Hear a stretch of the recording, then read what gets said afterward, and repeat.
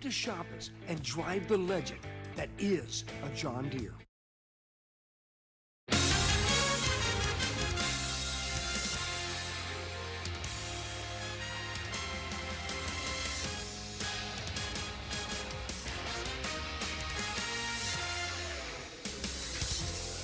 It is a Sunday afternoon as we welcome you to downtown Houston, Texas. Final game of a three-game series between the Astros and the Los Angeles Angels. So far, the two teams have split the first two games. It is a celebration on the field. Pre-game, Orbit, the Hall of Famer in the Mascot Hall of Fame, has all his friends here for his birthday. We have a special guest with us in the booth, Julia Morales, normally down by the dugout, but Blummer's going to do a baseball basics segment. So, Julia, good to have you with us up here for our little pregame segment. Good to see the Astros try and get a series win before going on the road. That is what we're looking for. You know, it's tough to see this team fall yesterday, have that quiet offensive day after really exploding that first day of the series. You can feel that sense of urgency, though, for this group as they want to win a series against the Angels. And they have Hayden Wisniewski on the mound today. He was excellent in his last start. It was great to see that. You know, he hasn't earned that first win as an Astro, but he definitely pitched well enough for it in Seattle. Going 7, as you see the numbers there, this turned into a pitching duel against Logan Gilbert, one of the best in the game there. He outlasted Gilbert. It's too bad he didn't come away with a win, but he had to feel good about what he was able to accomplish that day. Just the 2 earned on the 3 hits, getting ahead of hitters. Fastball was working for him. He said cutter actually was better later in the game. And then TK mixing in that curveball too. He started to add that pitch a little bit more and having success with it, landing it for a strike, so gaining some confidence there. It'll be interesting to see how he attacks this Angels lineup. The Cy-Fair product, local kid wearing the City Connect uniforms with the Stros on the front, ready to go on a Sunday afternoon, as he'll be opposed by his former teammate Kyle Hendricks for the Angels. When we come back, we'll check in with Blummer. Jeff Blum will talk to Jason Bell about outfield defense as part of our Baseball Basics Sunday show.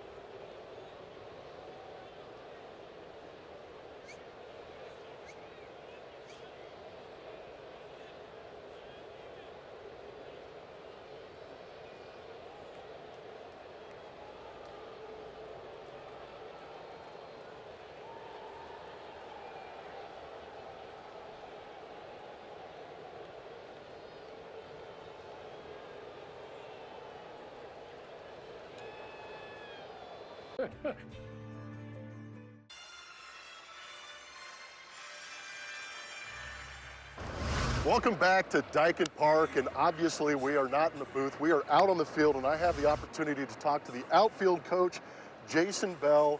We're out here behind the manual scoreboard, and today is Baseball Basics, brought to you by Academy Sports and Outdoors. Jason, we appreciate you being here, and we're talking to some young athletes out there.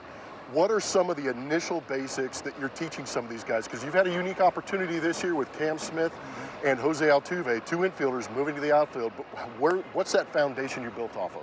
You know, I think you always start with the order of operations, right? So the first thing is, where are you going to be positioned?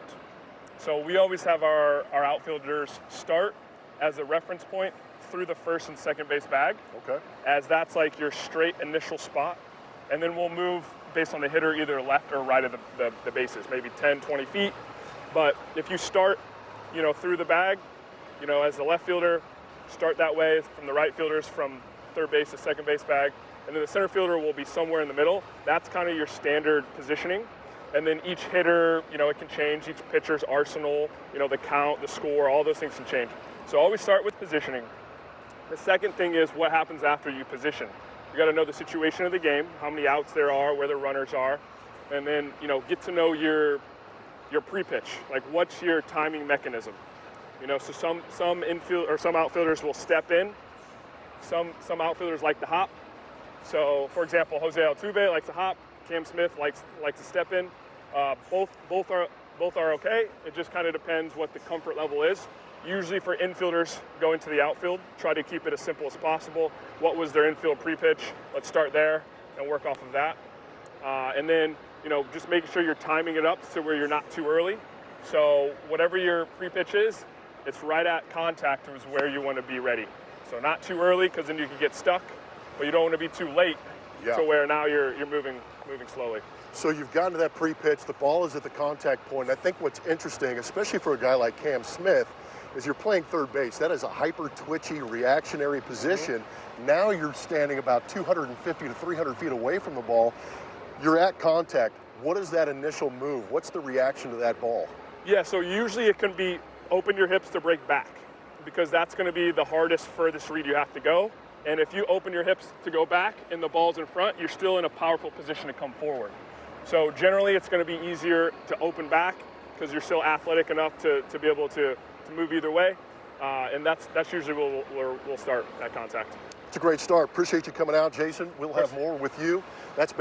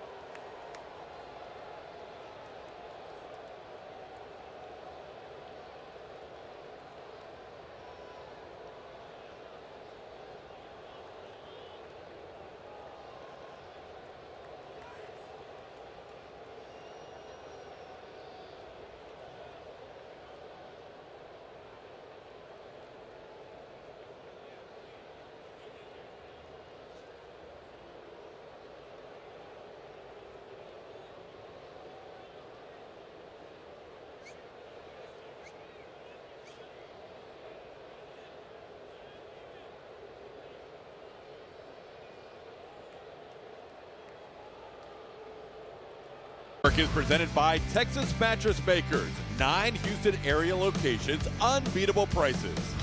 And by Michelob Ultra Zero, make a plan to get home safe. A reminder from your friends at Silver Eagle Distributors, Houston. Hayden Wesneski's on the mound for the Houston Astros. Finish off this home stand against the Los Angeles Angels of Anaheim. 2 starts, 3.75 is that ERA. That whip is beautiful, a .65, .67. He's not giving up many hits, not giving up many walks. 11 strikeouts in the 12 innings that he has been out there. Last time out, pitched incredibly well. Just did not end up with a decision in that outing, going 7 strong against the Mariners, only giving up 2 earned runs. Here's how the Angels will line things up for Ron Washington. Taylor Ward will lead things off. He's the left fielder. Luis Rengifo at third base. Mike Trout will DH today. That means Jorge Soler plays right field. Travis d'Arnaud is the starting catcher. And then Kevin Newman is the shortstop, batting ninth behind Joe Adell. Kyron Paris hits 7. Looked like Hayden Wisniewski was ready for the first pitch, and in the middle of his windup, Alan Porter. Everybody was ready. That's what was odd about it. The bullpen door in the visitors' bullpen was open still. So Porter saw that, and Altuve taking care of the open door and left, and now we can go. So one of the baseball basics for young kids, always have the bullpen doors closed before first pitch. Yeah, get the entire field enclosed, then we can start playing ball. If you have a bullpen with a door. Here's Taylor Ward. Now we are underway. Fouled out of play. We're going to have baseball basics on this Sunday for you all afternoon long. So where we can, we'll have teaching moments. Blummer, a great job with Jason Bell teaching the outfield. He really broke down the basics of where you should position yourself as a kid in the outfield. Yeah, I just put on a tee and he knocked it out of the park. He's highly knowledgeable, works with all the outfielders. This season a little bit different, working with Altuve, moving from second base to the outfield, working with Cam Smith, moving from third base to right field. So he's kind of had to start from the ground up with those guys. He provided a good foundation for some of the young athletes watching. This ball hammered to left field, and just like that, Taylor Ward gives the Angels a 1-0 lead. The Angels coming in third in all of baseball and home runs continue to power the ball out of the yard for Taylor Ward. That's his 5th home run in his last 5 games. And the Angels in front early.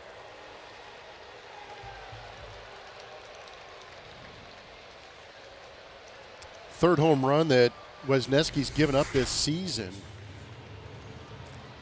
Missed his spot up and in. That's where Taylor Ward actually enjoys it a little bit. Saw him get a base hit against Gusto in the first inning on a fastball up and in. This one he gets the head out and launches it into left field. Angels continue to set franchise records. Their most home runs in 8 games and 9 games were set earlier in this series, and now they have the record for the most home runs in a 10-game span in franchise history, any 10-game span. That is now 25 home runs during those 10 games, and they're second to the Dodgers overall, surpassing the Yankees, who they came in tied with before today started. The Astros starting defense is presented by Xfinity after the Luis Rengifo single up the middle. Hit that ball to Jake Myers in center. Jose Altuve checking his outfield card to see where he's supposed to position himself. Cam Smith is in right. Isaac Paredes is in at third base, and the other side of the infield is Christian Walker. Mauricio Dubon gets a start at second base, and Jeremy Pena at short. Victor Caratini behind the plate. This will be start number 5 for Victor. Dubon's third start at second base. So just like yesterday's game started out, the Angels coming out of the gates quickly. Yesterday it was 2-0, 3 batters in as Mike Trout singled in 2. After a single and a double by Ward and Rengifo to start last night's game. Now the Angels with a home run and a single, and Trout with a 1-0 count. Yeah, I would imagine that Angel hitters are stepping into the box ready to hit. I had a chance to speak with Wisniewski about that start in Seattle, and he said that he was just going to go ahead and let his fastball eat early in the zone against the Mariners. And if you look back at the numbers, he was throwing first pitch strikes at a 75% clip. So maybe the Angels coming into this game, obviously Taylor Ward and Rengifo hunting fastballs early in the count. Alan Porter is going to go out and chat with Hayden Wisniewski as that last foul ball caught Victor Caratini. So the crew chief here behind the plate giving the catcher for the Astros some extra time to gather himself.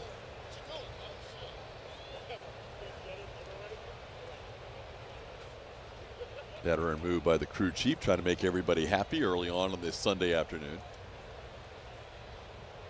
Mike Trout in right field the last 2 nights. We'll break down his play with the stands last night, where he went into the crowd and there was no fan interference call. Alan Porter spoke to the media after the game about that play, so we can break it down a little further and kind of explain what happened in that right field corner. The fan, as it turns out, which we thought initially did nothing wrong. No. And actually was kept in the ballpark, even though at the time we showed you last night that it looked like he was being ejected. He was just moved to a different spot with his son. This ball hit well to center field. Jake Myers all the way back. 400 feet from home plate. Mike Trout with a loud out, but it's out number one. You're going to play a little bit deeper on some guys. And Jake playing a healthy center field to start the season. He goes back as good as anybody in the game, but already back there is able to drift back, find his spot, stayed clear of the wall, and made the catch on our Mattress Firm Supermo. So here's Jorge Soler. When we saw Jose Altuve looking at that card blummer as to where he's positioning himself, one of the things you were talking to Jason about, he's talked about left fielder starting in that line that goes from first base to second base, and imagine that line carrying all the way out to left field, being kind of the starting spot for left fielders. Here at Dyken Park, you can also use edge of the scoreboard, the dog at sign in left center is kind of your markings on the field as to where you're positioning yourself. Yeah, you can feel that Cam is lined up on that third base to second base. He's playing kind of a straight up right field with a big, powerful right-handed hitter. But yeah, in left field, you can kind of use that manual scoreboard, certain spots and signage out there to be able to adjust on where you're supposed to be playing. And it's also how Jason Bell, who's in the dugout, that's how he visualizes where these guys should play, by having certain markers around that outfield fence that these guys should be lined up against, depending on hitter and also depending on pitcher and how that matchup is. When you're looking at nuances in the game, and Jason Bell, one of the best guys in terms of breaking down the outfield defense, he's not just standing on that top step because he's blocking Julius View. He's actually doing work. He's trying to see where the outfielders are, make sure they're not drifting in between pitches. Yeah, if you're going to interrupt her line of sight, you better be working very hard, and Jason Bell does do that. But yeah, it's kind of funny. We were talking about Cam Smith and Altuve just kind of off camera a little bit, and he says as an infielder moving to the outfield, you have a tendency to creep a little bit back towards or gravitate towards the infield pitch by pitch. So he's got to make an eye, make sure he's got an eye on these guys, make sure they're playing deep enough. But he's got all kinds of hand motions out there, and he's got a keen eye on those guys, and they're also watching him as well to make sure they're in the right spot to be able to make plays. That was a great shot we just took after the last batter, Jorge Soler, struck out, because you could see Bell go to each position, left, center, and right, and tell each guy, okay, you're good, you need to move, you're good. Like, that's what he does after every batter. So when you come to the games here at Dyken Park, or even if you're on the road and you see the guy in the right side of the dugout, that's his job, is maneuvering the outfield. Yeah, when the Astros are on defense, that is what he is doing. He's going pitch by pitch. That's what I think is even more impressive, because you may alter the situation with two strikes. Maybe the hitter does a good job of going the other way and letting the ball travel, but early in counts, usually they're trying to turn and burn a little bit. So in this case, Travis d'Arnaud, not as much of a pull hitter. So they were well over for Jorge Soler, not as far over. Yes. For d'Arnaud. Yeah, you get those guys who want to show their power to the pull side, and they might have a tendency to yank that ball a little bit more, so you're going to play a little more to that pull side, but he's straight up against d'Arnaud. Yeah, if anything, Myers and Cam are shaded a little bit towards right. Well, I think that's what's unique here, too. We talk about that little crevice out there in left field in front of the visiting bullpen. But with Altuve moving to that left center field gap and giving up the double down the line, you can shift the other two guys away from him. Nice pitch. Called third strike. Hayden Wisniewski bounces back after a home run and a single to start the inning to get the next three batters with a couple of strikeouts to end it. 1-0 in favor of the Angels.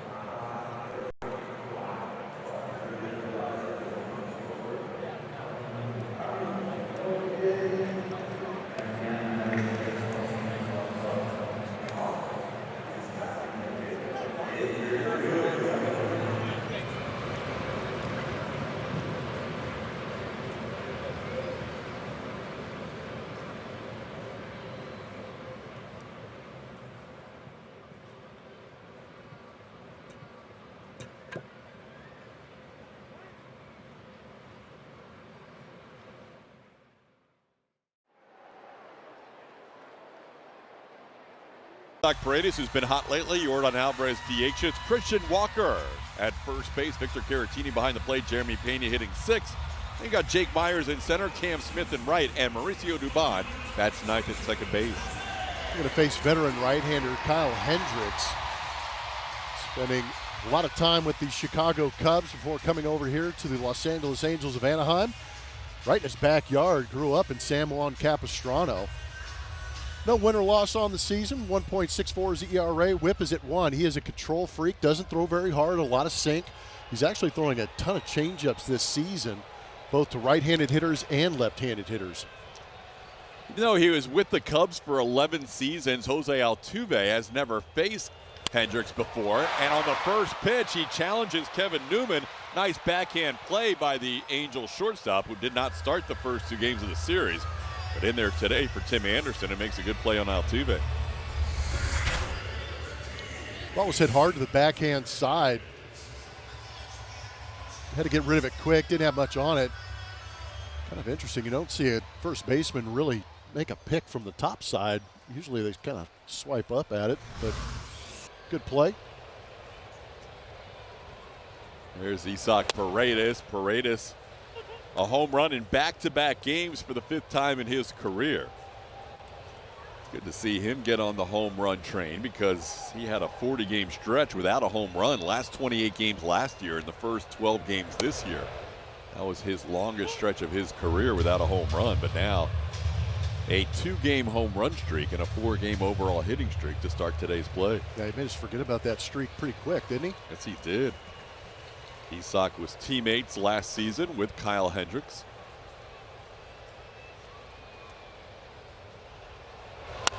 As he fouls one out of play, it stays 0-2. Paredes, one of the Astros who has faced Hendricks before. He's 0-2 in his career against Kyle. Christian Walker, by far the most at-bats of any Astro against this right-hander with 23. That one's off the plate, 1-2. Even though he's not in the lineup today, Josh Hader has a career hit against Kyle Hendricks. I'm just amazed he has a career at bat. Yes, he's 1 for 8 in his career, and his only career hit came against Hendricks. Paredes thought that pitch was up. That never got back to the zone. Alan Porter said that's a called 3rd strike, so Paredes not happy with the call, but he's out number 2 with Hendricks' first strikeout. Obviously, I'm going to be a little bit biased, but at the same time, that was just a big loopy curveball that just kind of stayed above the zone, but Alan Porter giving the benefit of the doubt to the veteran right-hander. Now here's Yordan Alvarez. Something to keep in mind in our Baseball Basics show, too, with our strike zone is on our telecasts and most telecasts, the strike zone is where the ball crosses the plate. And that pitch looked up when it crossed the plate. When they go to ABS, as it's expected next season, it's actually going to be in the middle of the plate. Where the ball crosses the plate halfway back, it's 8.5 inches from the front of the plate, 8.5 inches from the back of the plate. So where the ball crosses halfway through the plate is where the ABS is going to take the picture, if you will. So that might have dropped in future years, but it definitely didn't have it, the strike zone at the front of the plate there with that looping curveball. And we may not be able to show you our strike zone the way we've been used to in the past. No, that thing's going by the wayside. Just because they do not want any advantages for places where there's monitors right behind home plate for fans to yell out whether to challenge or not. 2-2 the count to Yordan Alvarez. Yordan with a 4-game hitting streak going. Hitting .357 during that stretch. Been our long road back, slowly climbing that average up to .229. Hendricks being very careful here with the big man. He has never faced Alvarez before.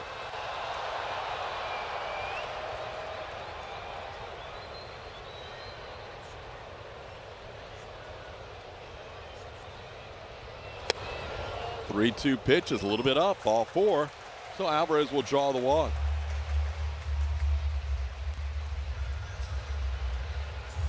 Beautiful view here in Dyken Park. That is our Yingling flight cam. Cruising across the left side of that club level. Get a beautiful view of this ballpark.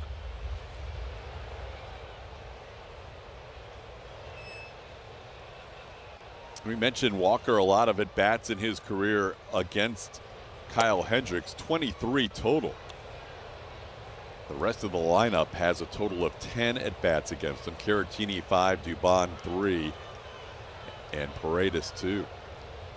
6 for 23 is Christian with a couple of doubles. Christian has been a lot more patient and has had a lot more hitters counts in the 3-game series against the Angels than he did in the previous 12 games combined. I love it. When you're struggling, you're able to take those pitches and take those walks. It kind of offsets the issues that you're having hitting some pitches in the zone. 2-0 pitch has popped up. Shonowell drifting towards the Astros dugout, has room and puts it away for the final out of the inning. So a 2-out walk, 1 man left on base. We head to the second. It's 1-0 LA.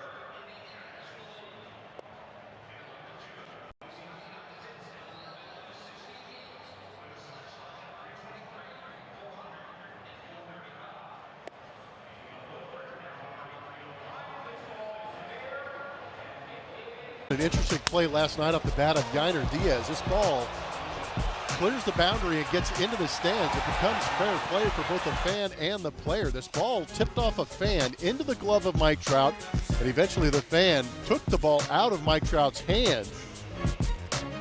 Even stunned himself with amazement.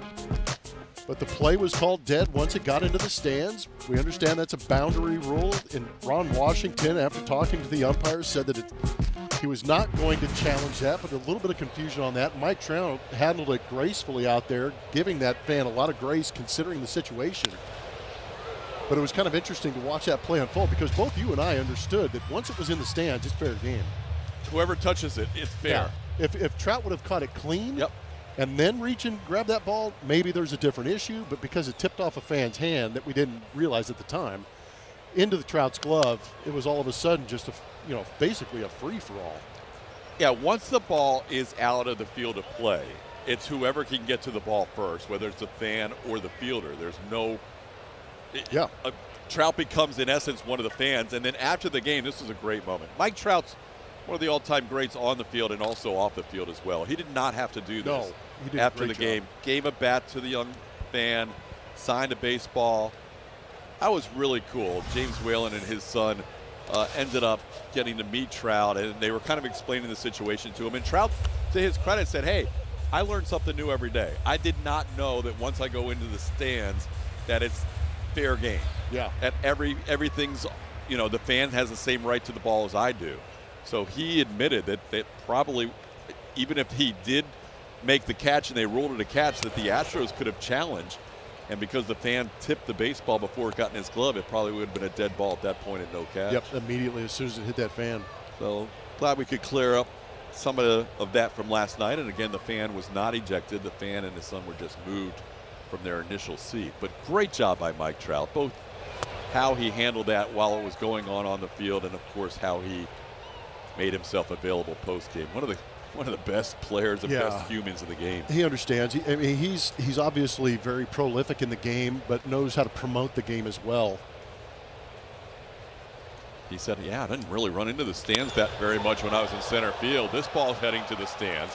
It's going to be the second home run of the series for Shotwell. Back-to-back games for a home run for the Angels first baseman.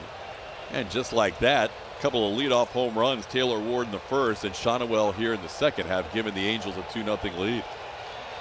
It's a cutter in the inside in a similar spot as his home run that he hit yesterday. Just catching a little too much of the plate. But Shotwell just clearing that front side, barrels it up.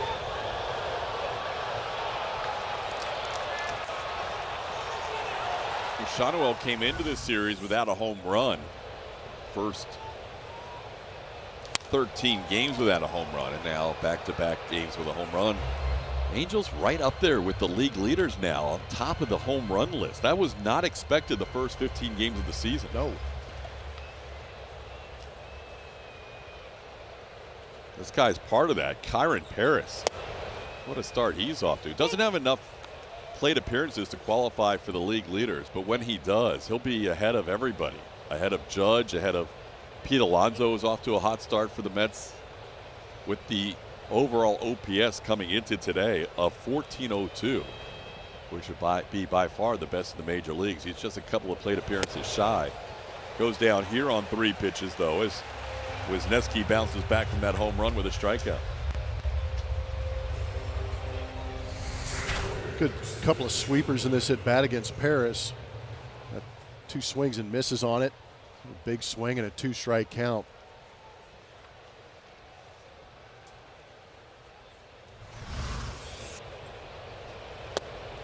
By the way, you may have noticed with all these home runs the Angels are hitting, their new celebration this year, and it's kind of a cool tribute and shout out to the LA firefighters who went through so much this past offseason. Southern California firefighters, they wear the helmet after home runs now.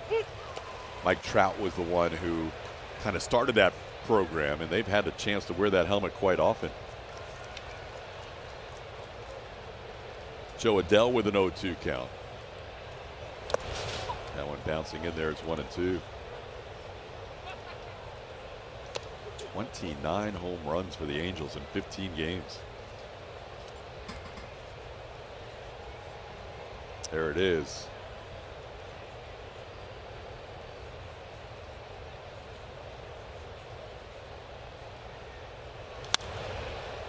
Their plan is maybe at the end of the first half, they're going to have everybody sign the helmet, auction it off, and then wear a different one for the second half, and then auction that one off with all the guys signing it. It's a brilliant idea. Yeah.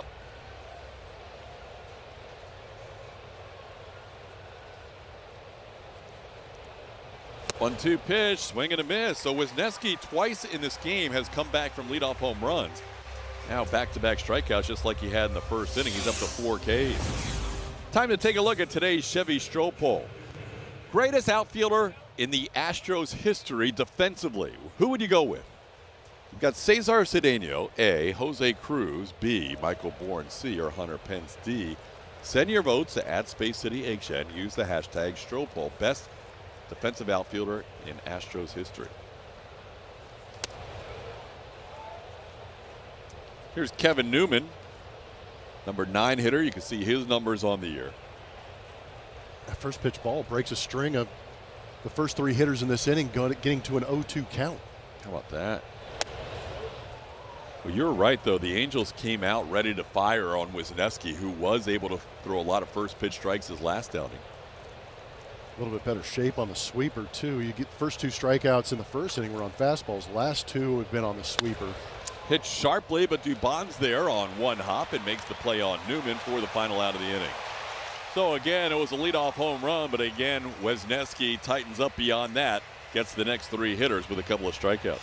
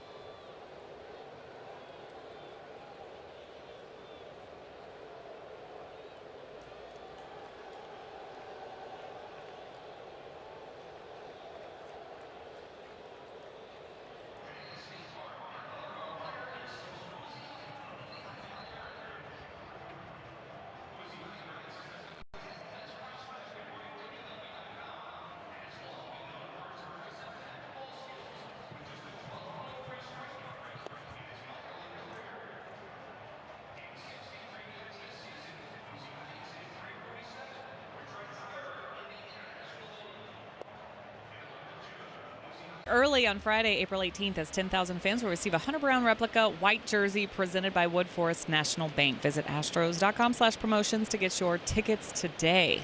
Did y'all see the bucket hats or fanny packs or the bucket hat fanny pack? I may have seen it. May have tried it on. Today. No, you see them in the stands. Oh. They're wearing them. That's cool. Look. Plummer modeled them. Look at them everywhere. Oh, they're everywhere. Plummer was a big hit. Everybody decided to show up. Got to. Do you have one, Julia? No. Do you have peanuts? I have peanuts. Okay. Do you want a bucket hat? Yeah. There you go. So there's the zipper that makes it a fanny pack combo, I guess. Is that Right. what we're talking about? I guess.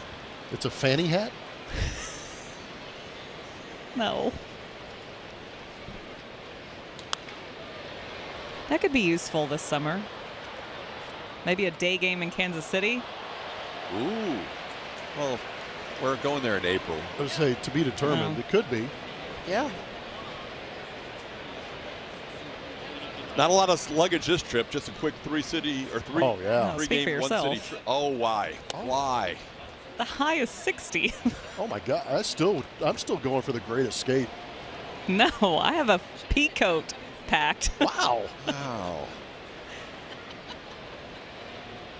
Victor Caratini leading off here in the bottom half of the second inning. Are you seeing the same forecast we're seeing? I see 67 tomorrow and And 7 at night, though, what does it say at 7 p.m.?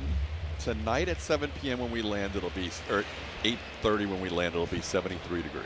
Oh. The next three? Beautiful. The next three are going to get a little Then it chillier. changed. When I looked a it's couple gonna days be chilly. ago, It's it going to was- be chillier. You know, you're right. Tuesday it's going to be chilly.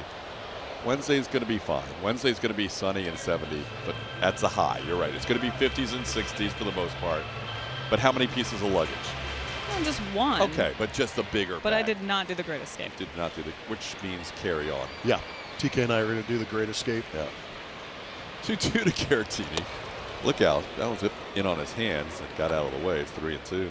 Yeah, it might be because Caratini was diving out there trying to get changeups and fastballs over the outside corner. That's what you tend to do against a guy like Oh, Hendricks. you start leaning because it feels like the pitch is never going to get to you. Hendricks, of all starting pitchers in baseball, has the lowest average fastball velocity as he misses with the fastball in at 86, and that'll be an initial walk to Caratini. So 2 walks so far today for the Astros. I'll bring up Jeremy Pena. Had 2 walks so far in this game have been to the only 2 left-handed hitters in the lineup. Jordan and left-handed hitting today, currently, Victor Caratini. Jeremy carries a 4-game hitting streak into the game today. He's 5 for 15 during that stretch. He takes a strike 0-1. When you go from Tyler Anderson, who's a soft-tossing lefty, to Kyle Hendricks, a soft-tossing righty, you don't normally see the lack of velocity in back-to-back starts like you're seeing here with the Angels. No, it's kind of odd. The interesting thing about Kyle Hendricks is he's going to live on the edges, outside, inside. He will move the baseball around as far as the fastball is concerned, but kind of eliminating that slider and just going fastball changeup. So the right-handed hitters, that changeup should, if it has the shape that it usually has, could be coming back to you. It's just a matter of staying back, letting it get to the strike zone before you try and hit it. And obviously the keys for both today's starter Hendricks and yesterday's starter is that you've got to keep hitters off balance, and Tyler Anderson did a great job of that yesterday, mixing pitches, hitting edges, dropping in the changeup when they were expecting fastball and vice versa. The Astros as a team see a ton of off speed.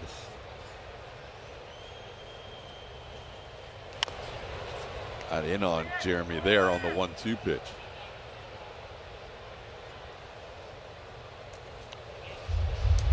Yeah, they are seeing a lot of off speed early this year, more than most teams. And I wonder if it, a little bit might have to do with the fact that they're facing a lot of right-handed pitchers who throw the curveball and the slider away from them. Mm-hmm. And the Astros really haven't jumped on some of those pitches or laid off those pitches to force them into fastball counts.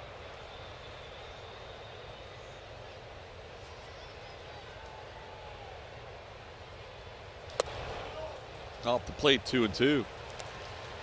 Yeah, but Kyle Hendricks is, I think the word is methodical.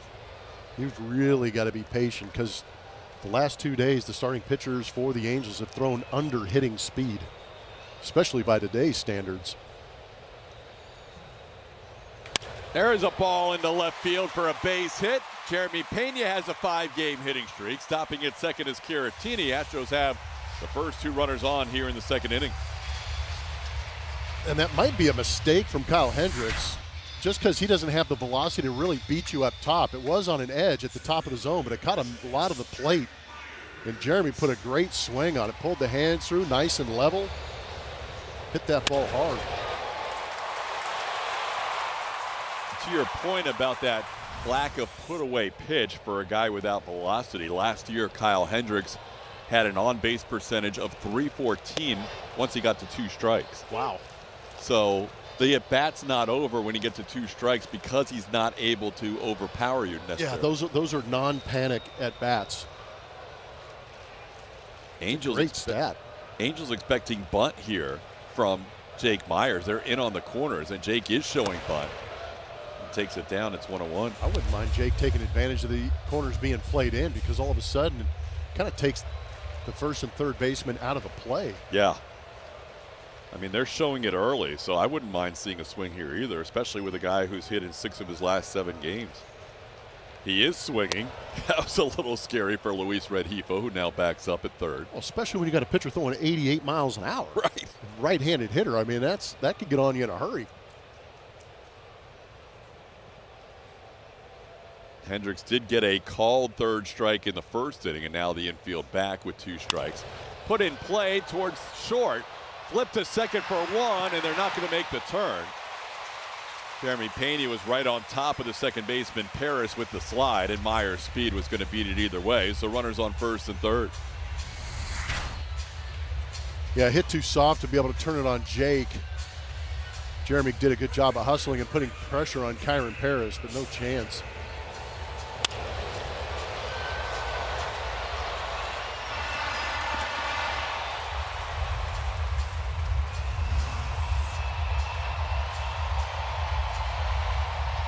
So Cam Smith will bat with first and third and 1 out.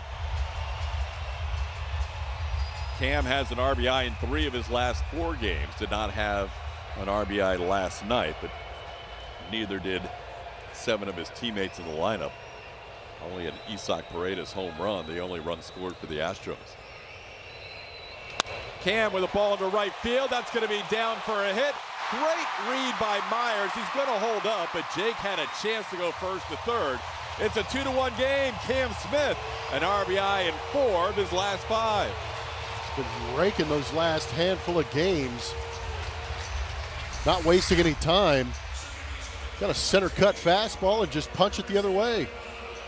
Good piece of hitting with the runner at third base. Jake Myers, you're right, TK, did a good job, got a good jump, but really kind of drew the attention of Jorge Soler. Caratini had to hold his ground a little bit to make sure that ball wasn't caught. Visit on the mound from the Angels pitching coach Barry Enright. Mauricio Dubon is debuting a new baseball bat today. I've heard rumors about these bats. It's a torpedo bat, the first Astro to try the torpedo bat. We're going to see it here with runners on first and second, and 1 out in the bottom of the second inning. There it is. The initial torpedo. You'll see usually the barrel will be from here to here on most bats, but here on Mauricio's, you can see that fat part kind of pushed down a little bit into that region and tapered towards the end of the bat. Very similar to when they started to cup the bat, try and force the weight of the bat into the barrel. Dubon tried the bat out a couple of BPs and said, let's go with it. He's the first Astro to try the new torpedo bat, which was all the rage the first weekend of the season with the New York Yankees. It felt good.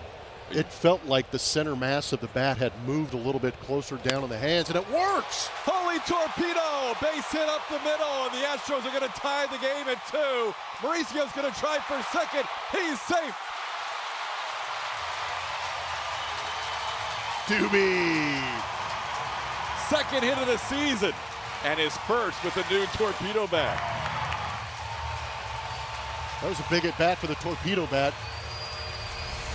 Make or break sometimes when you first use a bat in a game, and Mauricio, he'd been working hard on that swing as well, so I'll give a little bit of credit to the bat, but Mauricio getting some inconsistent at bats, kind of had a swing that wasn't working for him, but got back to the basics, shot it up the middle, and hustled himself into second base. Yeah, going into second, taking the double play out of the equation as Jose Altuve bats here with second and third and still one out. Astros have tied the game at 2. So a leadoff walk and then 3 hits in the inning. Now the Astros have the lead runners on second and third base. Altuve robbed on a nice play by shortstop Kevin Newman. His first time up, drills this one to left, but it's hooking and it's going to be foul. Or is it? Some fans are saying it's a home run. Altuve can't believe it. Altuve standing at home plate saying, I don't believe I just hit a 3-run home run. Kevin Newman, the shortstop, is emphatically arguing with Alex McKay at third base, saying there's no way. I thought it was foul, but then everybody started cheering and they shot off the cannon. Cannon doesn't lie. What is going on? After true consultation, the ruling on the field is a foul ball. What fooled everybody? I don't see where it fooled everybody. Let's see what happens after a ricochet. Yeah, no, that's foul. I don't know. There's a lot of St. Arnold's down there. I'm not sure if that impacted some of the judgment calls for the fans.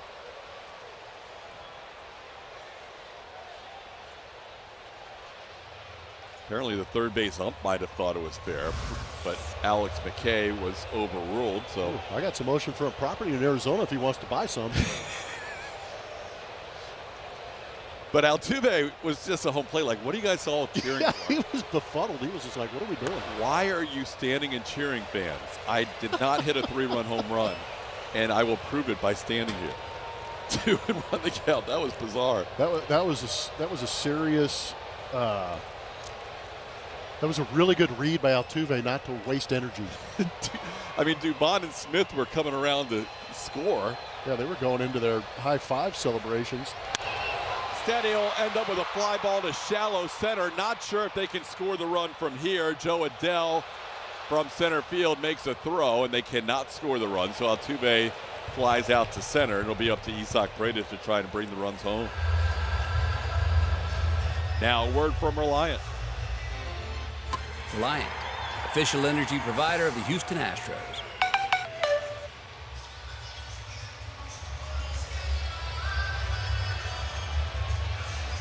Now Hendricks dealing with Paredes with second and third and 2 outs.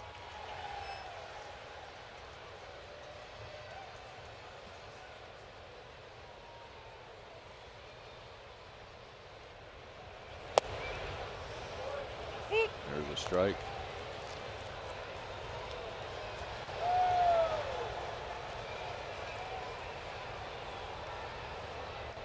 Astros getting the 2 runs back in this inning. A couple of leadoff home runs from the Angels in the first and the second, and the Astros getting 3 base hits here to tie the game.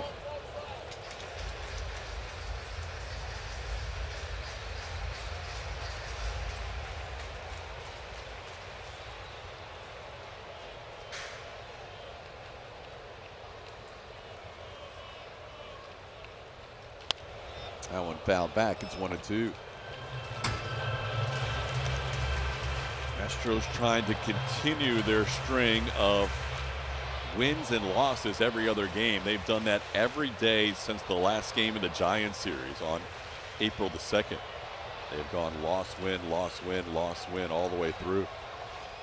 Won the first game of the series 14-3, lost last night 4-1. The hit total went from 16 on Friday to 3 yesterday. Already got 3 hits so far today.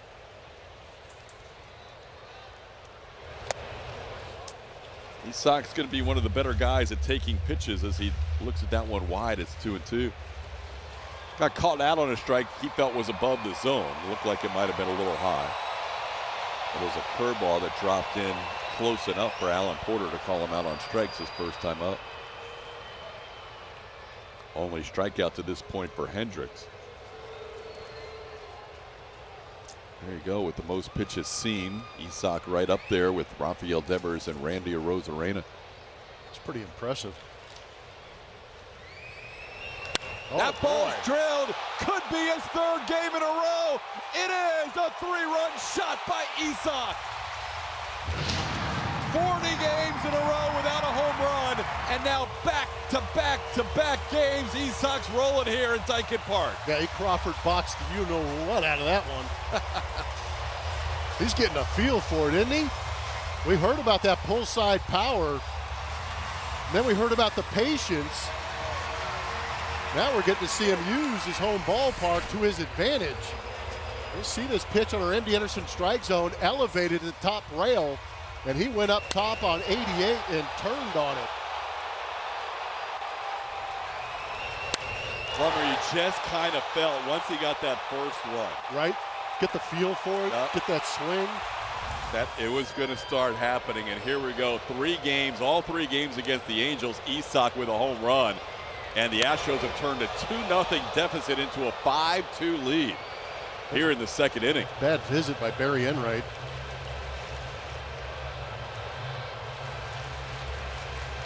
So a big 2-out, 3-run home run by Paredes.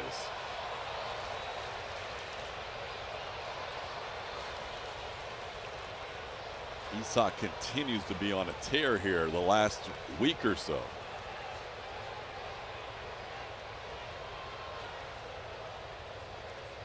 $12 for 29 in his last 7 games, including this one.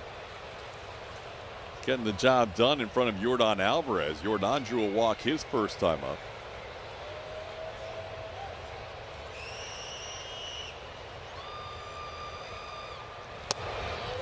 Pitch in, 2-1.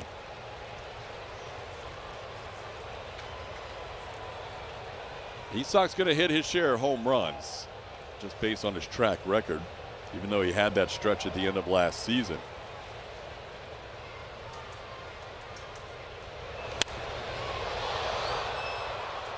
Isak hit 19 last year, but the year before in 2023 hit 31 home runs when he spent the entire year with Tampa Bay.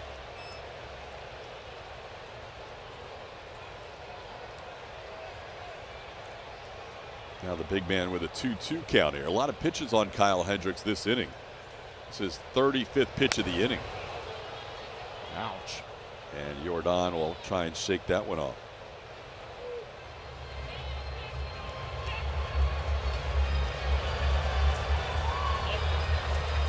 Joe Espada and Jeremiah Randall coming out and check on Yordan. Oh, off the front. Jeez. Right about the front top of the shin. Yeah, that's not good.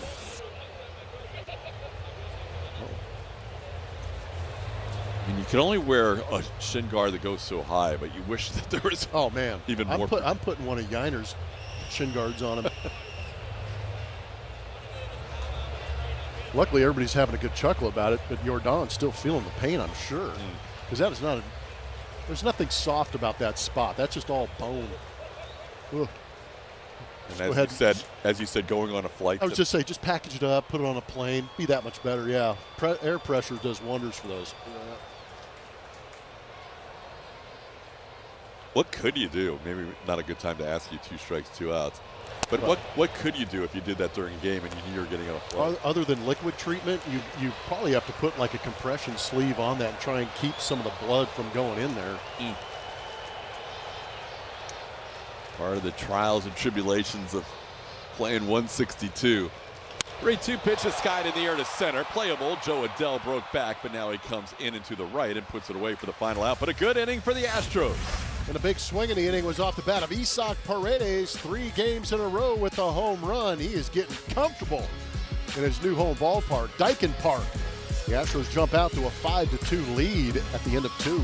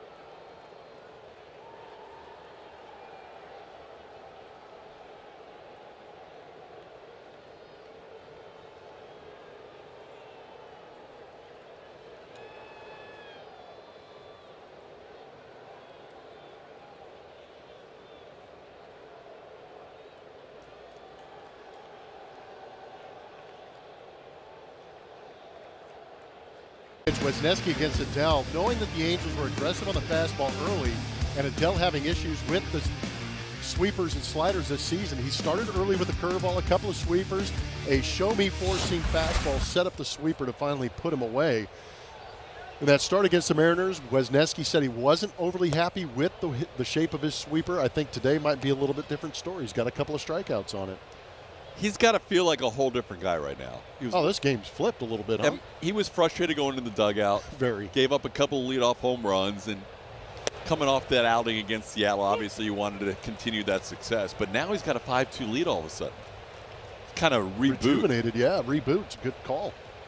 See how he does here, facing Taylor Ward, who hit his 10th career leadoff home run, his first time up, and his second on the season. Ward now with 5 home runs. They have 4 different players in their lineup to the Angels. Well, O'Hoppe's not in the lineup today, but 4 different players on their roster with 5 home runs apiece. Ward has 5, O'Hoppe has 5, Kyron Paris has 5, and Mike Trout tied for the MLB lead coming into today with 6. That one's popped foul and out of play. And they anticipate getting Zach Neto back shortly. Neto, a guy who led the team in RBIs last year, has been out the whole season. We've seen Tim Anderson get most of the time at shortstop. Today it's Kevin Newman. They're looking forward to getting Neto back, and the Angels out to a 9-5 start despite playing all but 3 games on the road so far this year. They'll have 3 more on the road in this trip. That's a nice pitch, top of the zone, a little sweeper. More numbers on Hayden Wisniewski. His arsenal against on the left-hand side are from 2024. Heavy on that sweeper. Only using that four-seamer 36% of the time. Transition to being a Houston Astro, a little more heavy on that four-seam fastball at 45%. And then a pretty good mix between sweeper, cutter, and occasionally throwing the changeup, curveball, sinker. But he was very aggressive on that fastball against the Mariners. What the Astros do, and we've seen it with the guy who's in the Angels dugout today, who was their opening day starter this year, Yusei Kikuchi, they don't necessarily change the types of pitches guys throw, but they change the usage. All of a sudden that sweeper is going from 40% to 17%, and other pitches fill in the void. Well, and he got on that curveball again, too. Said he hadn't thrown that since high school. Kind of went back to that little bit of that grip to mix that in there, too. Just adding another pitch for a hitter to worry about. We saw how it impacted Kikuchi last year when he came over here. He was lights out, earned himself a nice contract with the Angels in the offseason. It was basically firm fastballs all over the place and some sliders down, but he got heavy on his slider. But you're right, you don't necessarily have to completely change what pitches they are, it's just when you throw them. 3-1 the count to Rengifo here with 1 out. That ball hit pretty well to left center field. Myers on the move, so is Altuve. Jake puts it away right in front of the wall, fronting the Angels bullpen for out number 2.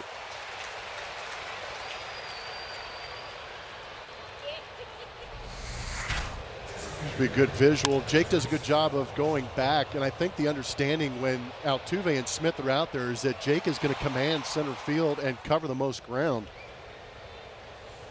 It was a well-struck baseball, but a pretty casual play. You know, Jake doesn't feel like a veteran, but he's been around long enough, and because he has the most experience in the outfield on this Baseball Basics show, center fielders have to be your captains out there. They do, and you're right in the sense that he is the veteran outfielder, so he kind of, he kind of controls the outfield, and I know it's hard when he looks to his right and he sees a Hall of Famer out there standing next to him. But in spring training, I know that the coaching staff did a good job of setting Jake up for success by kind of having him involved in the process of turning Cam Smith and Jose Altuve into outfielders, with the understanding that he was going to have to maybe command a little more ground and call those guys off. You know, there's a great deal of respect, but at the same time, you have to understand the priorities of the position, and you're going to be a better ball club. No offense to Cam Smith, no offense to Jose Altuve, but you're going to be a better ball club in those balls in the gap if Jake is getting the priority. The Angels are going through something similar because Mike Trout's always been the captain of the outfield forever and ever. And now Joe Adele And to Joe Adell's credit, he's become a much better defensive outfielder than he ever was. I agree. Last year he was actually a Gold Glove nominee in right field, but now Adell is the captain, and Trout has to defer to him because he's the right fielder, even though Mike's been the captain out there all those years. Might be a little bit tougher because Trout played so much center field, and he covers a lot of ground still. That's a nice pitch. Hayden Wisniewski pitching with a lead for the first time. Has a 1-2-3 third inning. He has a half dozen strikeouts through 3.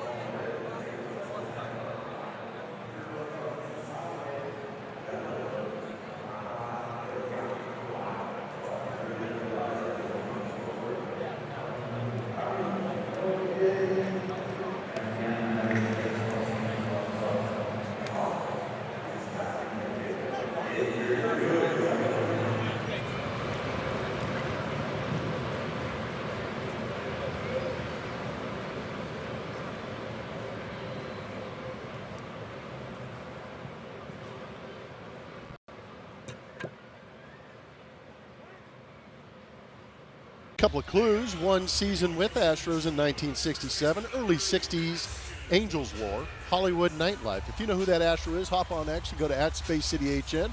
Tell us who that Astro is, powered by Reliance.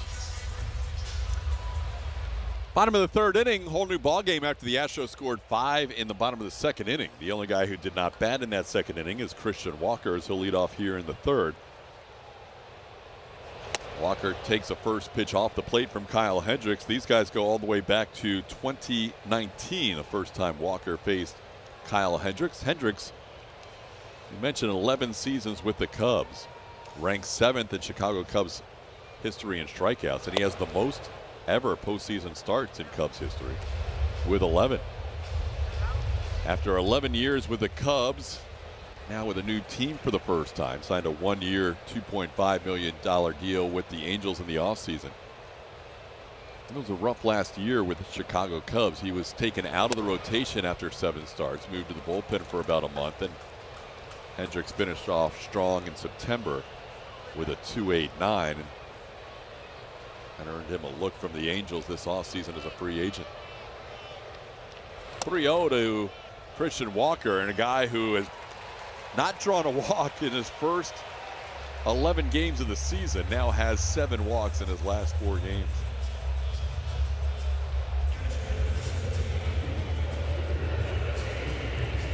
Leadoff walk last inning came around to hurt Hendricks as Victor Caratini would score. Here is Victor. Victor has a career home run against Hendricks. He is 2 for 5 with that home run.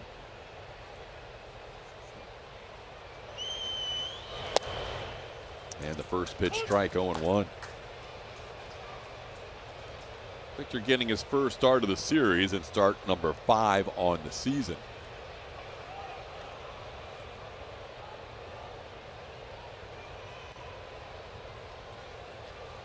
Astros wrapping up a quick homestand today, back on the road after the game, heading to St. Louis for 3, and then an off day Thursday before beginning a homestand next Friday. They'll come back and play San Diego and Toronto 3 games each.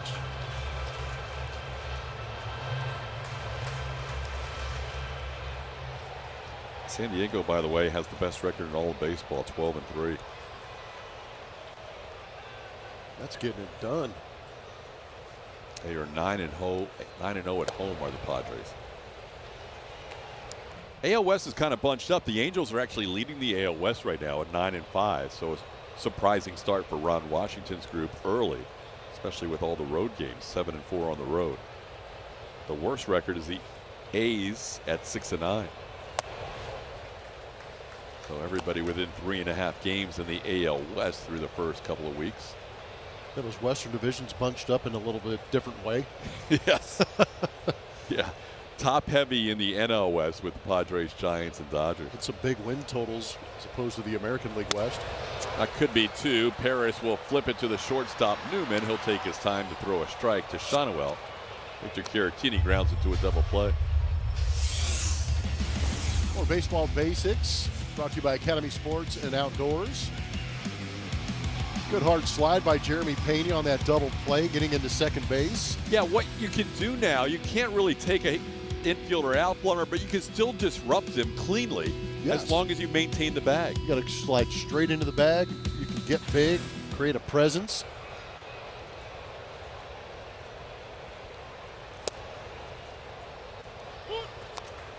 So that was a good job by Pena. I think the play would have probably been beaten anyhow by Jake Myers because of his speed. But that's just an example of, even though the game has changed, and you used to get blown up all the time as a middle infielder, even though the game's changed, you can still create discomfort, if you will, for a middle infielder on turning two by going into the bag hard and maintaining that bag. Force him to make the play. Don't make it too easy on him. I know that there's sometimes you're going to have double plays that are turned easily, and it's easier than it has been in the past. But you know what else that does? Plants the seed in Paris's mind. So next time he knows Jeremy's at first base, even for the shortstop, Newman, as soon as you see Jeremy at first base, you're going, oh, great. This guy hustles and he slides hard into second. I got to get out of the way. Yep. You know, you can create a presence and maybe cause a little bit of an issue next time that double play potential is there. So Jeremy, who is a middle infielder himself, here you see the flip. And even though Paris is on the back of the bag, he still steps, and that front foot kind of gets adjusted by that slide of Pena. Yeah, I mean, you're going to create contact if the guy turning the double play gets lazy, doesn't get out of the way. You could still create that, yeah. And now Pena hits one to Paris, and it's fairly routine for Kyron to throw him out for the final out of the inning. So Hendricks bounces back after a tough second inning, faces the minimum here in the third with the help of a double play.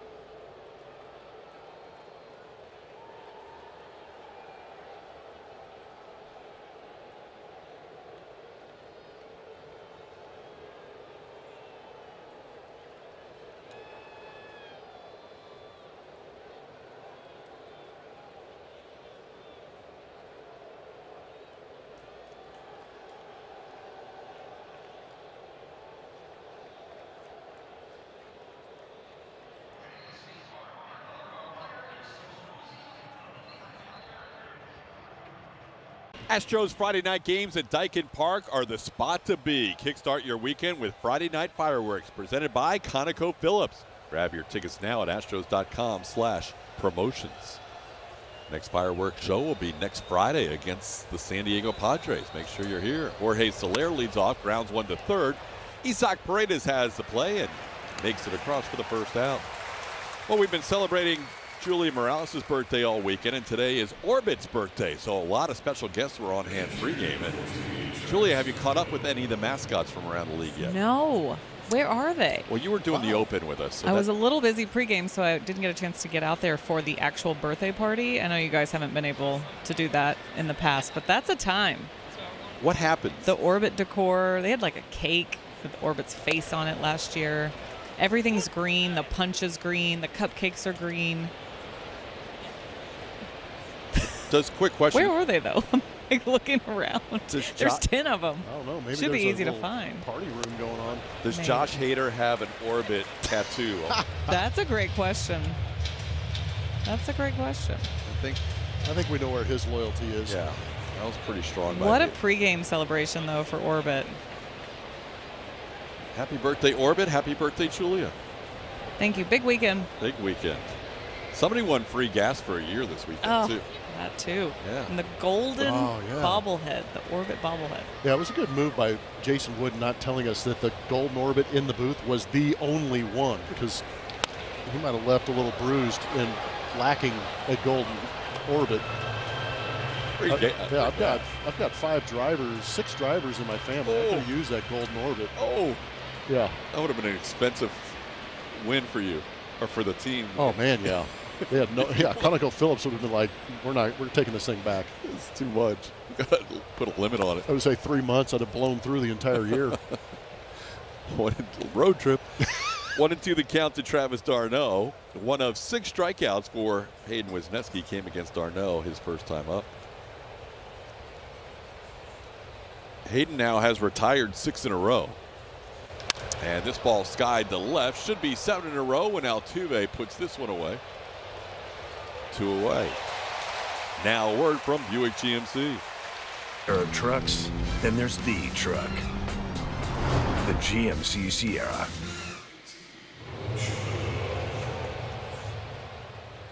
No, Hayden bouncing back after a couple of leadoff home runs in the first and second inning. Here's one of the guys who had a leadoff home run. Shonowell led off the second with a home run on a 3-2 pitch. Shonowell takes a breaking ball for a strike, 0-1. Nolan's now up to a 6-game hitting streak with that home run. In this series, all his hits have been extra base hits. Home run today, home run last night, and a double on Friday.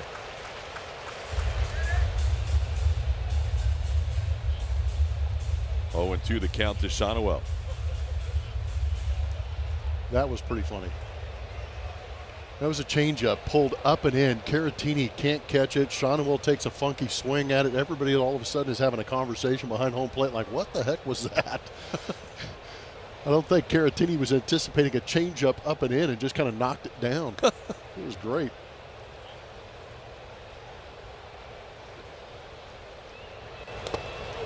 That one's down, 1-2. Caratini blocks the ball kind of like that Brad Ausmus, Mike Matheny, just that real casual, just kind of like just deadens the body in front of the ball and absorbs it. It just settles right in front of him. That's a good call.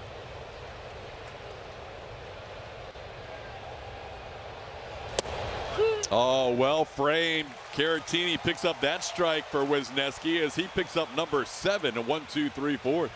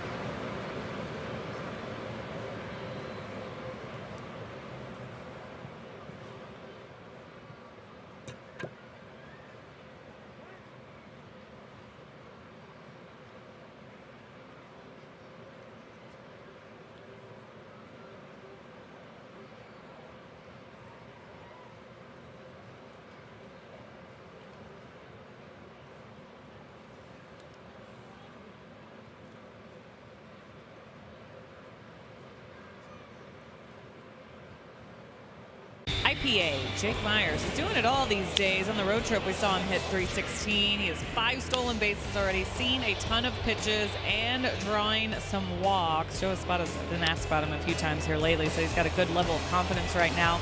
They're trying to keep it going, swinging at strikes. They love the speed on the bases, obviously, but doing so many positive things on the offensive side, TK. Yeah, I really like it. What you said, Julie, the pitch selection has been outstanding this year for Jake. He hasn't always had that discipline in the past, but he has been doing a much better job of narrowing the strike zone and swinging at strikes and laying off pitches like that.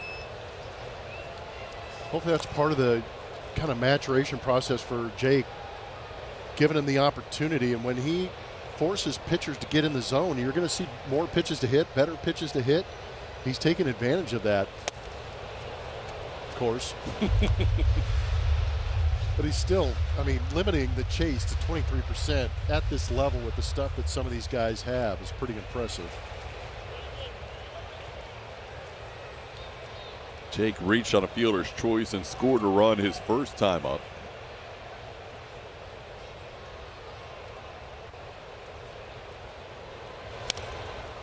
Just a piece to stay alive. Astros back to facing a right-hand starter again. The Astros faced 12 consecutive right-hand starters. No, 13 before they actually faced Tyler Anderson in game number 14 yesterday. And now they get a righty, and they'll have some righties coming up in that series against St. Louis until they face Steven Matz in the final game on Wednesday. So 16 of the first 17 games will be against right-hand starters. And the lefty shut him down yesterday. Tyler Anderson, 5 2/3 innings of one-hit baseball. Did walk 4, but did not hurt him. Yeah, but I feel like that's kind of Anderson's appeal, is that he's not going to miss out over the zone. He's going to stay on the edges, force you to take those pitches to get on base. Newman makes the play to get Jake Myers for out number 1.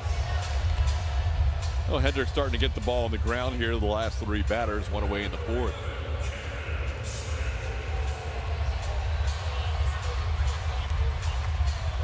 Now here's Cam Smith. Seeing the confidence kind of rise minute by minute here with Cam after a tough start. 2 for 20 to start the year. And now he's got the batting average up to 242 with a base hit his first time up. First series that Cam has started all 3 games this year.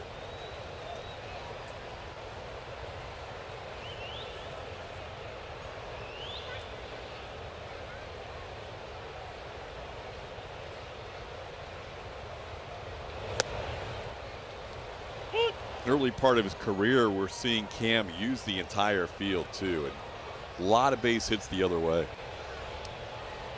It's a byproduct of a swing where the hands are really ahead of the barrel. Does a really good job at that. It's also an understanding as a hitter that you have from power going the other way. We saw it in spring training, one of our broadcasts. He had 2 home runs to the opposite field. So if you've got that in the tank, you really don't have to force that front side to open up quickly or hit the ball too far out in front and pull it. Had a base hit to right his first time up. This one's pulled on the ground his second time. First time he drove in the first run of the game. This time a ground out to short for out number 2. There's a torpedo bat. Talk about how it tapers toward the end on that bat on the bottom. It's a little more of a consistent barrel on the top, but you shift a lot of the weight from that spot where the barrel is probably on that one to right here where that circle is on the black bat. And it kind of brings the center mass of the bat a little bit closer to the handle, so you'll get through the zone a little bit quicker. That bat will feel a little more evenly balanced because some of the bats that don't have that taper and a lot of the barrel is toward the end of the bat, you can feel the weight of the barrel at the end. So it's been around for a few years, but it's now. Yeah, I heard about it 2 years ago. But now it's gotten so popular because of what the Yankees did that first series. Yeah, it obviously helped with the amount of home runs that were being hit with the quote-unquote torpedo bat. I think we still have to look at some of the pitches that they're hitting out. This ball hit in the air to right, and that was in front of the warning track, caught by Soler for the final out of the inning. So a good inning for Kyle Hendricks. 1-2-3 inning here in the fourth. We head to inning number 5, 5-2 Astros.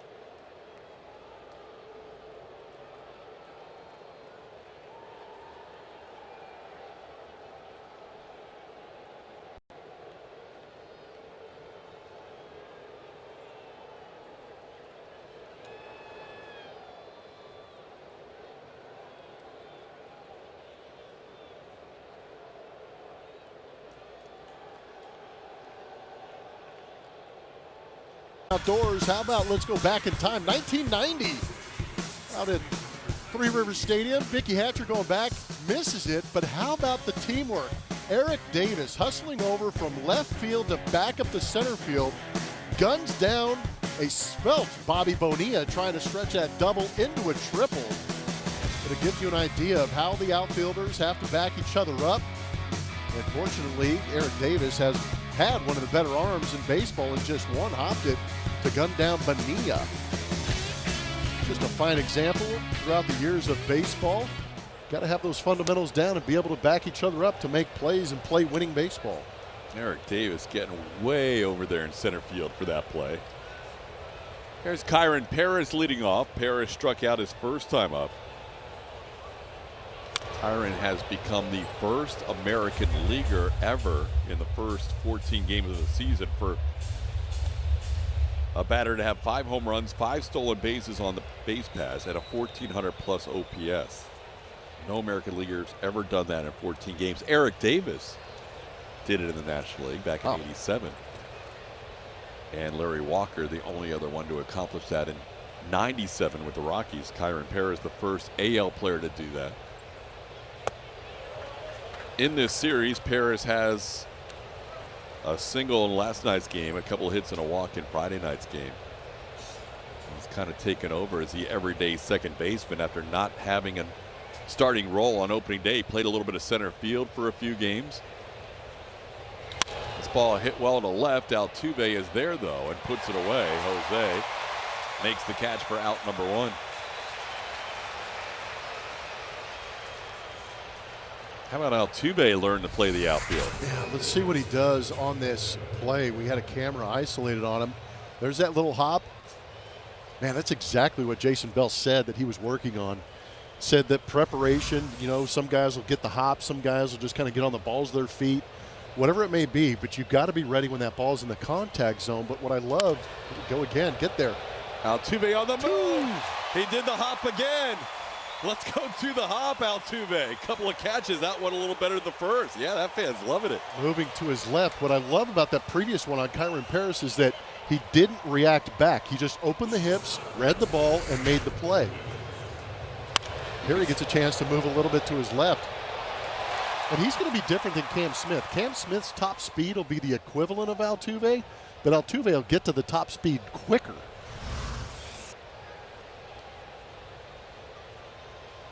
But what you talked to Jason about was how they do prep differently. Cam kind of walks into the pitch. Yep.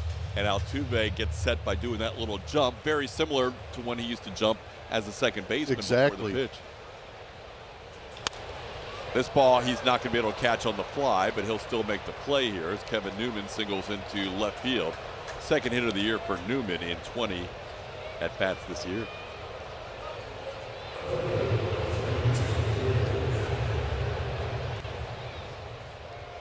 No, Wisniewski had retired before that single. The previous 10 batters. Actually 11 in a row since the home run by Shonwell. Here's Taylor Ward. Ward has a home run and a strikeout today.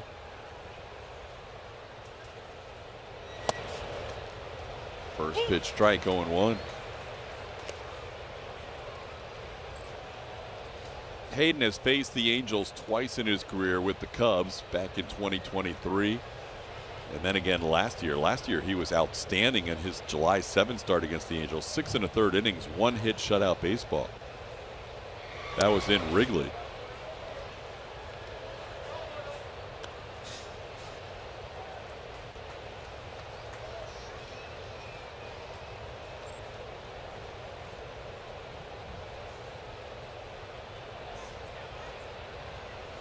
One win the count to Ward.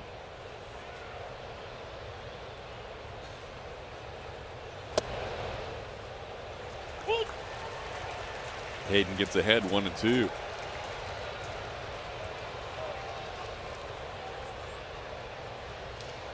Both teams with 4 hits. The Astros have made it count for 5 runs. Bullpen action continues for the Angels, so Kyle Hendricks' day might be done after 4 innings. Didn't get the chase off the plate, 2-2.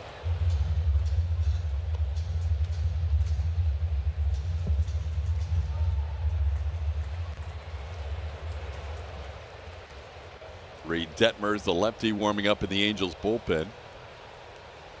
Guy who can give them multiple innings out of the pen.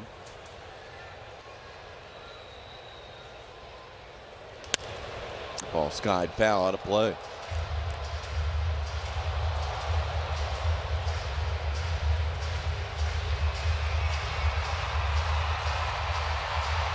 Hayden has thrown that sweeper a little more today than we have seen most of the season.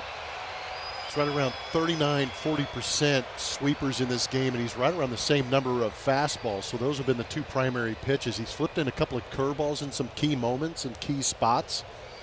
But yeah, I think once that first time through the order, recognizing that the Angels were jumping on some of those fastballs early, kind of got him off that fastball mix and put him onto the sweeping side of the repertoire. And he gets a swinging strike with that sweeper to end the inning. Hayden Wisniewski, 8 strikeouts through 5. Halfway home, Astros lead 5-2.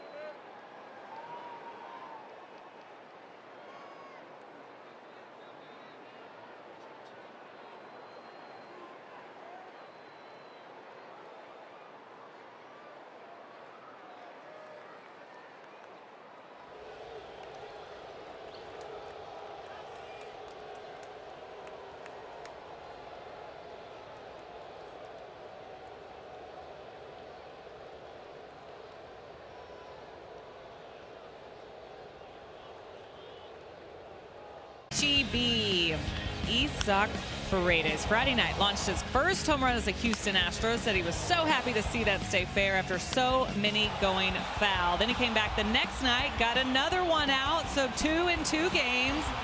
But wait, there's more. today's game. Second inning, a 3-run home run. So he said he's been recognizing pitches well and the strike zone. It is paying off for him, TK.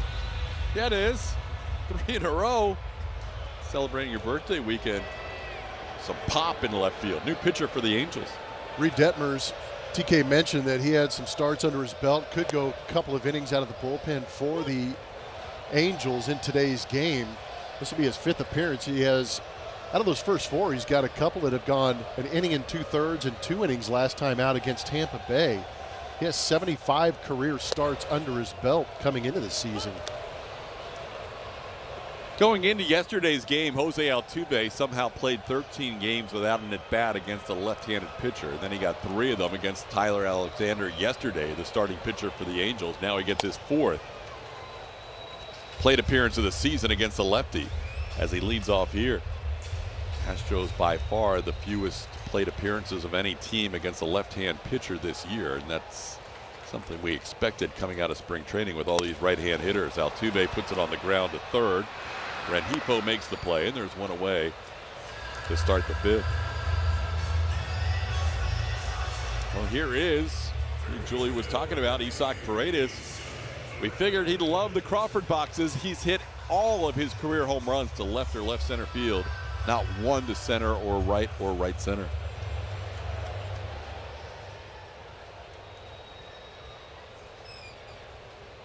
Isak's got that batting average up to 286, has the on-base percentage up to 394. How about what he's done in the last 7 games? He's got a 4-hit game mixed in there, but those are beautiful numbers. And is happy, I'm sure Isak's happy with all the base hits and seeing the average go up, but he is really happy to see that ball flying out of Dyken Park. Especially what Julia said, as many baseballs he hit hard foul the first week and a half. True. This one has popped up. Foul. Giving it a look is Travis d'Arnaud, and can't quite make the play. That literally was on the other side of the net by about a foot. Hey, pause. Good hands. Good pause. You got me. Enjoying a little popcorn back there. How does he get Diamond Club tickets? I don't know. It's all about who you know. Apparently he knows Julia. Oh, yeah, we go way back. It's a little messy. But I didn't hook him up with those tickets. Those are good seats. Paul is chilling out with the crowd back there, spilling some popcorn over everybody. Now foul ball, it's 2-2.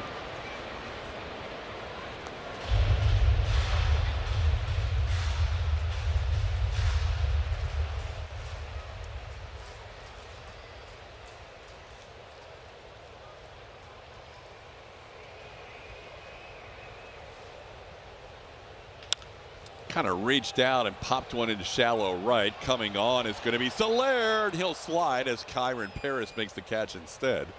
Soler back it up just in case. 2 away. Ladies, don't miss Girls Night Out next Saturday, the 19th, presented by Kendra Scott. Celebrate with music, photo ops, a vendor expo, and more. Plus, get your glitter jersey and bracelet add-on package while supplies last at astros.com/GNO. Here's Yordan Alvarez. Yordan has walked and flied out.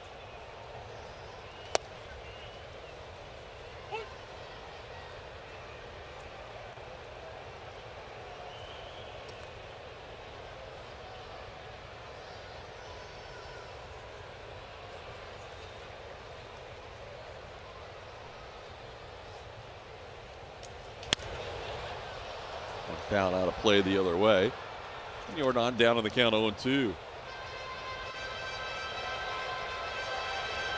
Astros went 9-4 against the Angels last season, averaging over 6 runs per game.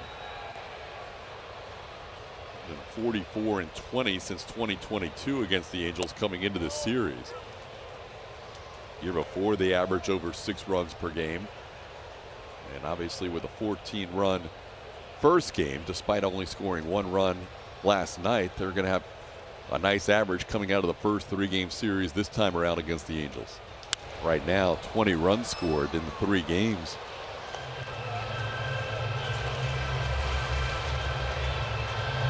Astros' first homestand, they scored just 12 runs in 6 games.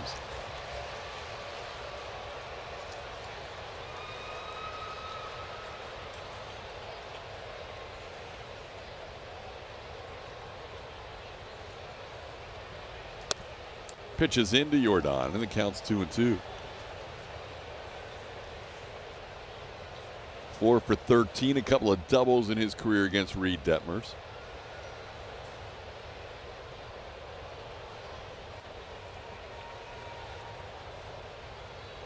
That ball hit hard. Glove by Newman. It's short. Nice jumping catch by the Angels shortstop at the top of his jump for the final out. Timed that beautifully. It was hit firm, but not really hard by the Jordan standards. Credit Newman for timing that jump and having just enough reach to make that catch to end the inning.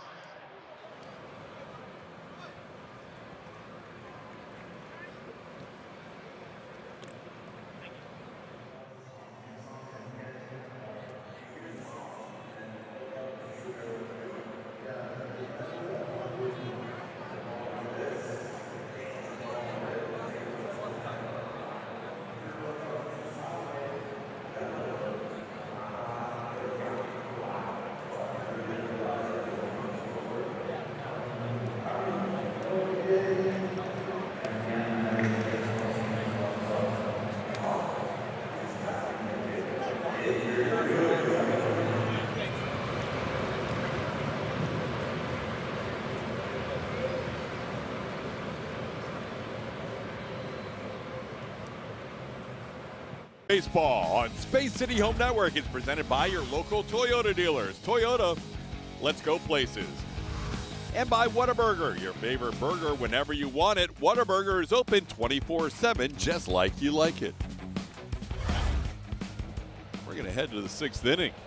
It's been a good turnaround game for Hayden Wisniewski, who gave up leadoff home runs in the first and the second inning, and was down 2-0 early in this one, but has bounced back with 3 shutout innings and has retired 12 of the last 13 batters he has faced. Luis Rengifo hit the ball hard both times, last one to deep center field, caught by Jake Myers. Rengifo, very solid hitter, has been hitting the ball hard all weekend long, coming off a .300 season last year with 24 stolen bases. Now Wisniewski starting him out 3-0 here, heading into the Mike Trout, Jorge Soler part of the lineup.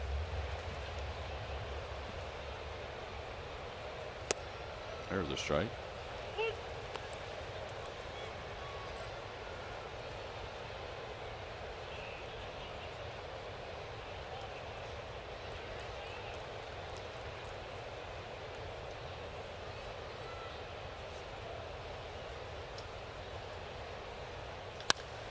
This one slicing, Myers on the move, and he makes a great sliding catch in left center field. Jake continues to play phenomenal defense in center.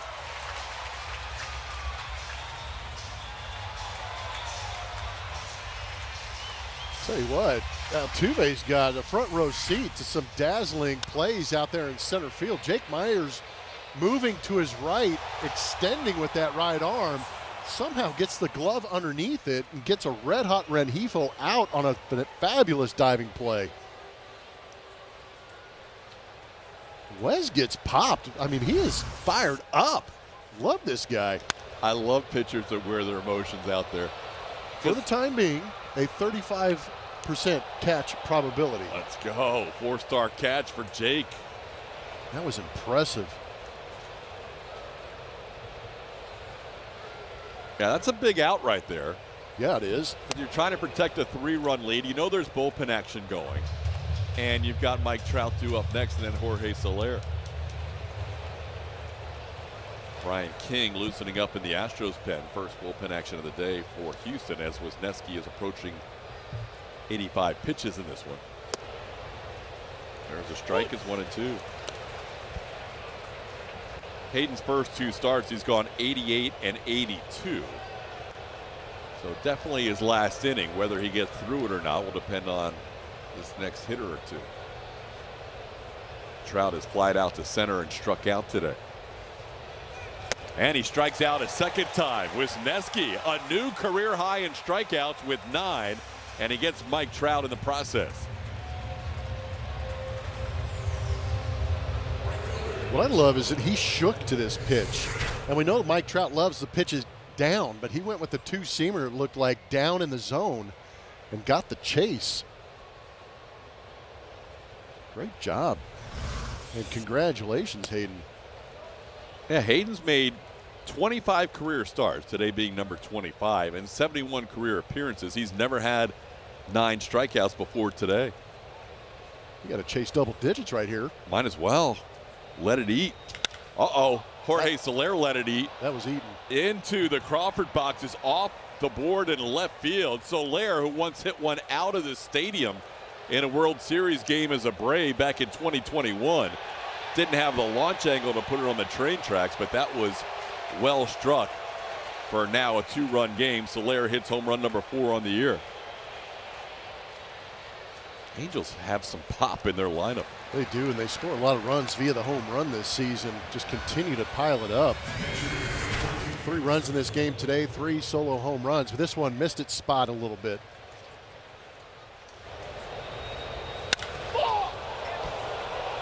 Not often can you give up 3 home runs and still have a lead, but that could be the case for Hayden Wisniewski as Soler dons the firefighter home run celebration helmet. 3rd straight home run that has been a solo home run for the Angels in this game, accounting for all of their runs. This will be definitively the last batter for Wisniewski. There's a lefty warming up, and Nolan Shonowell, the only lefty in the lineup for the Angels, is on deck. So either Hayden gets through 6 innings, or if Travis d'Arnaud gets on base, we'll see King in this inning. 5 hits for the Angels, 3 of them have been solo home runs.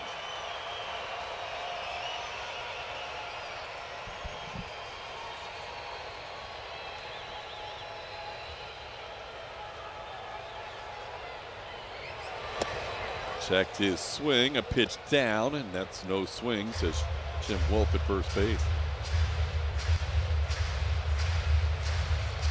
It's a called 3rd strike for d'Arnaud his first time up. Do you have the pitch on what he was called out on? Fastball. Fastball, okay. See what he goes with here. Looking for 10 strikeouts for the first time ever. Tried to sneak it up top. d'Arnaud spoils that one.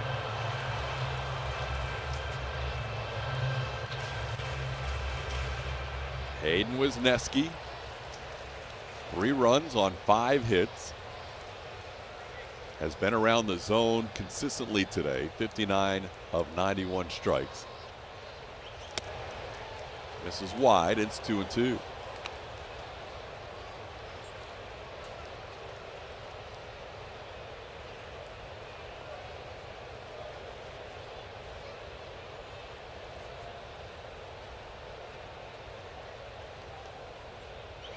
That's it. Number 10 for Wisniewski, the kid from Houston. Cy-Fair High School, frustrated with a home run, but he'll take a career-high 10 strikeouts to the dugout in a 5-3 lead. Eat 'em up, Cats.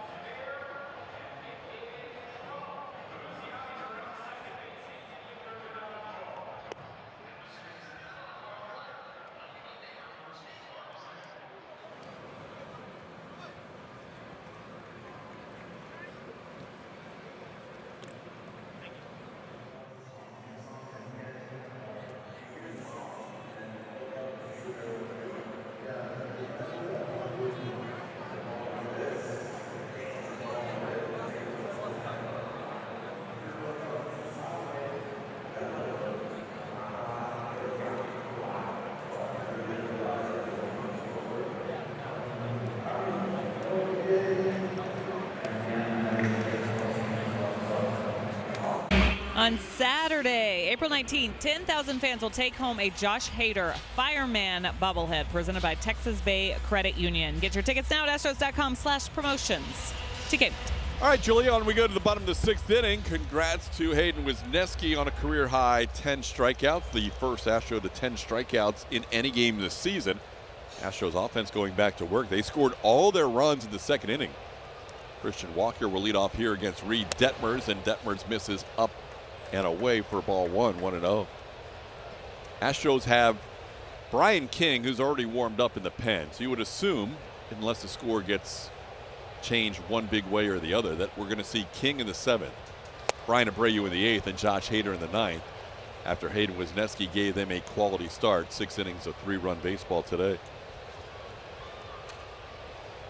I think that's a good plan, TK. Last year, the first 10 strikeout game for the Astros didn't come until June 26th, and it was Spencer Arrighetti. Really? So today, the Astros get one on April 13th. With that guy, Hayden Wisniewski, who's never had double digits in the K column before. That's 10K hair right there. And some sunflower seeds working. So, yeah, there he is. Cy Fair, Sam Houston. I know he was frustrated with the long ball, but he'll take 6 innings and a 5-3 lead after 6. And again, a little of that veteran composure, able to, be upset, but not let it ruin the afternoon. Continue to go out there and compete, pitch well, and racking up some strikeouts. Yeah, both innings he gave up the home runs as leadoff home runs. He ended the innings with 3 consecutive outs, including a couple of strikeouts. And then coming off that 3rd home run, he backed it up with a strikeout as well.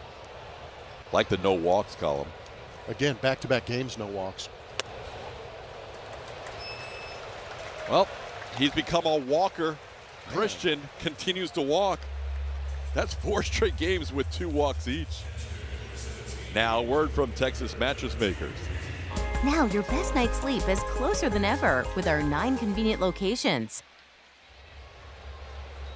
Going back to the no walks from Wisniewski, didn't he say that to you, that he felt like going all the way back to spring training, he wasn't really attacking the zone like he wanted to? 100%. Yeah, that conversation, that's exactly what he said. That was something that he was a little discouraged by in spring training, wanted to make that adjustment. And even that first start out had a couple of walks in that outing.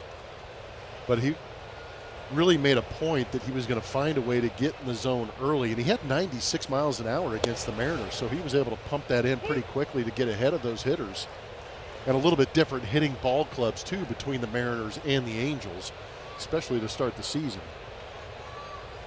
Hey, guess what we're seeing right now? We're seeing Victor Caratini as a right-hand hitter. We have not seen that in 2020. Yeah, nobody believed us that he switch hit until now. The Astros facing almost all righties all year. Caratini's not had a chance to bat right-handed until this at bat against Reed Detmers. Victor, as a left-hand hitter on the season, is 4 for 20.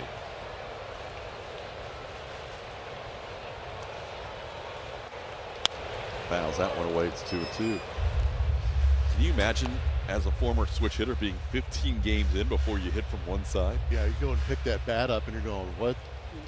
You're probably like, the hands are mixed up. Like, which end of the bat am I grabbing? Where do I stand? That's probably the first thing you dig in, and you're like, is this where I stand? Oh, hey, yeah. He's a righty. The righty puts one into right center. Christian's going to go first to third with a head of steam.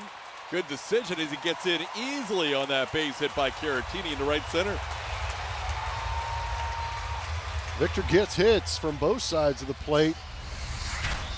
Good job on this one. A little breaking ball in that outer third. Just stay out there and go the other way with it. Good piece of hitting.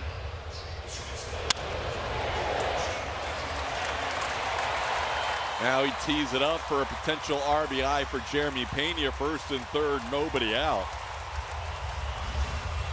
Pena 1 for 2 today, up to a 5-game hitting streak now, including hits the last 2 games in Seattle. He's got a hit in every game in this series.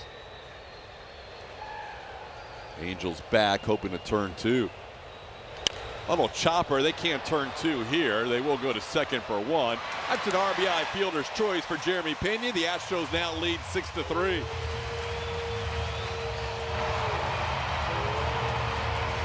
Ain't pretty, but you'll take it. Anytime you have the opportunity to have a runner at third base less than 2 outs and you find a way to drive him in, that's a successful at bat. I know Jeremy probably wants a little bit more, but for right now, driving in that run, that's a positive. Here's Jake Myers, a couple of groundouts on the day for Jake as he bats for a third time. So Astros, after giving up the home run to Jorge Soler in the top half of the inning, get the run right back and regain that 3-run lead.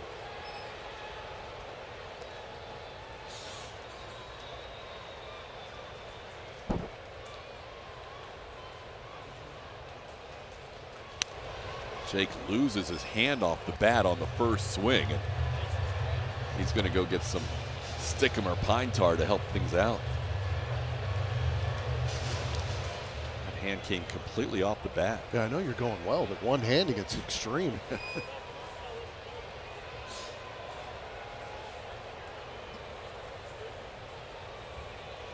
Astros have double barrel action going in their pen now as Taylor Scott has joined Brian King. Score dependent as to who comes into the game. That was a pitch out, it looked like. Yeah. But nothing JP, on. Yeah, JP's a little bit of a burner, but with the lefty up there, you got to pick your spots. When was the last time you saw a pitch out? I was just thinking that. That was wild. It's been a while. Yeah.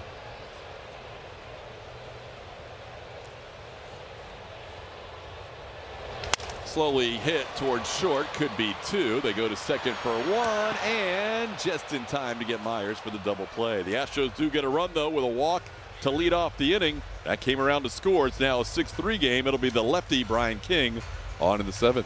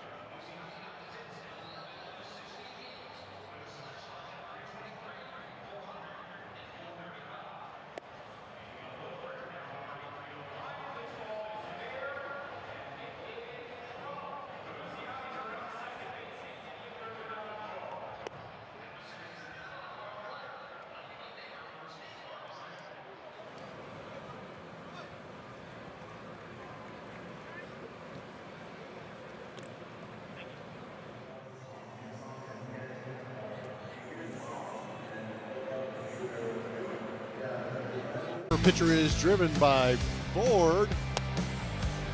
You can see King, Okert, and Hader mix, all 3 lefties out of that bullpen doing a fantastic job. That ERA versus ERA is .84. The opponent batting average very similar to .086. These guys have done a very good job coming out of that bullpen.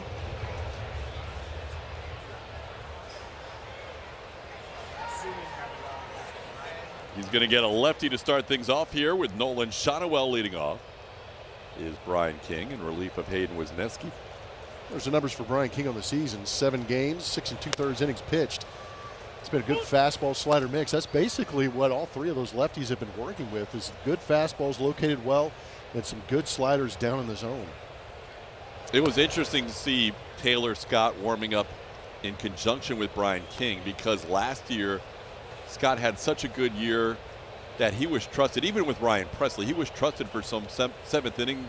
And then this year we thought Taylor Scott was going to be the 7th inning guy, and he still might be as the season progresses if Taylor gets that form back from last year. Yep. But right now, this is the guy who Joe Espada feels like is his 7th inning guy because of what he's done so far the first couple of weeks. And it's like how Joe handles the batting lineup. He'll go with the hot hand sometimes. So if you've got a hot hand and a guy's pitching well, very similar to what Taylor Scott did last year, you get thrust into some of these positions and then where you're at in the lineup. How about that start to his outing? Brian King dotting one up on Nolan Shotwell for out number 1. Pitching decisions are presented by Sage. How about all 10 strikeouts and 1 pitch from Hayden Wisniewski? 6 on the sweeper, 3 on the sinker, 1 on the four seam. A lot of the sweepers down and away. The fastball's busting up and in, but that was a good mix and had that sweeper working today for a majority of the strikeouts. 4 called third strikes of his 10. 6 swinging strikeouts for Wisniewski, a new career high, eclipsed his previous mark by 2.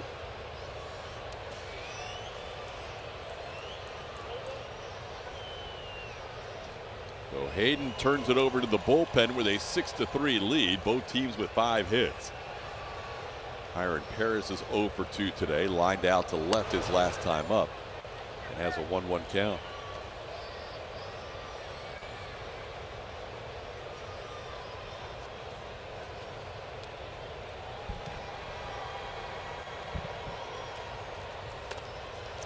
Down and in, and that hit the back foot of Paris, so he's going to be a 1-out base runner here as he is hit by a pitch.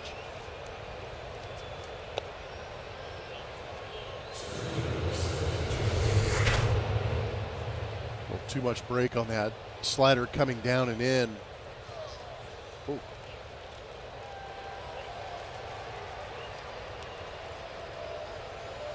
That was painful for both hitter and catcher. Joe Adell bats. Adell fouls one away.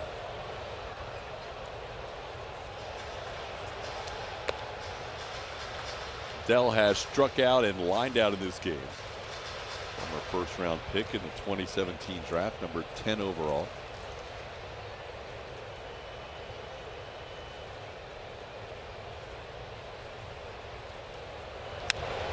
And King gets ahead 0-2. There you see the next pitcher up for the Astros. We expected it was going to be King in the 7th, Abreu in the 8th, and Hader in the 9th.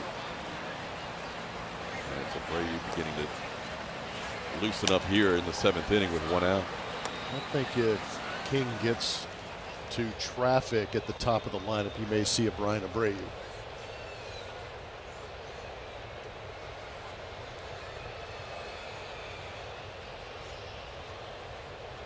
That's a nice pitch. 0-2 pitch, just challenged him. Adell goes down looking. Couple of called third strikes here for King. 2 away in the inning. It's time to name that Astro powered by Reliant. 3 clues: 1 season with the Astros in 1967, early 60s Angels lore, Hollywood nightlife. Who is that Astro powered by Reliant? If you didn't guess Bo Belinsky, you don't know your Astros. 3-9 in 1967 with Houston. Was known to have more fun off the field than on it.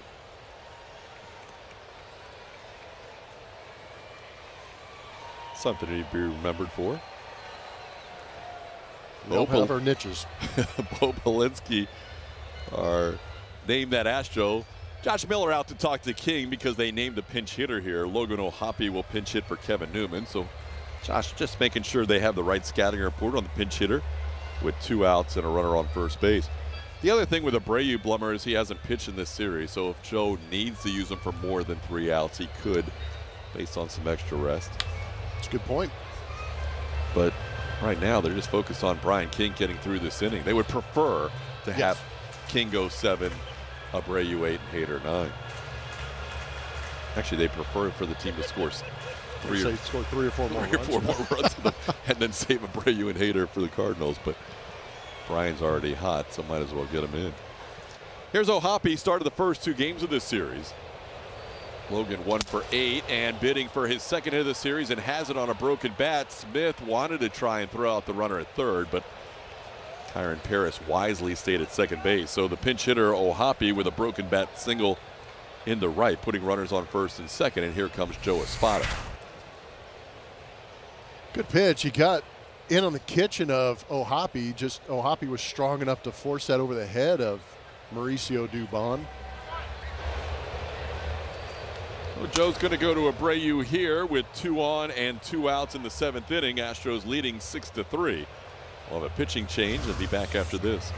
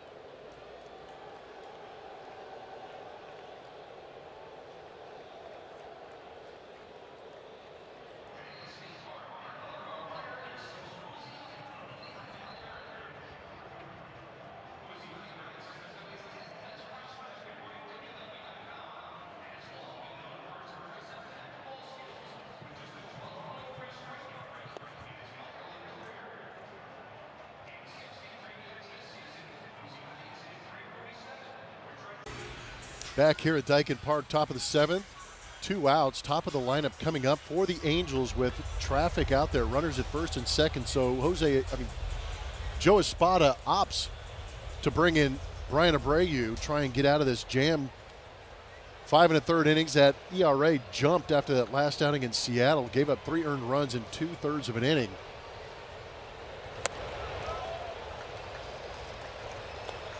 Joe likes Abreu anyhow in this matchup, especially against Ward. You can see the career numbers for Taylor Ward against Brian Abreu. 0 for 10, 5 strikeouts lifetime as he grounds this ball just foul. It's going to be a 1-1 count.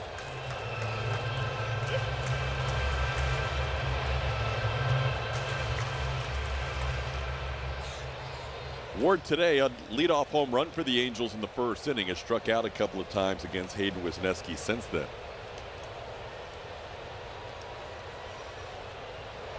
That one's off the plate, 2-1.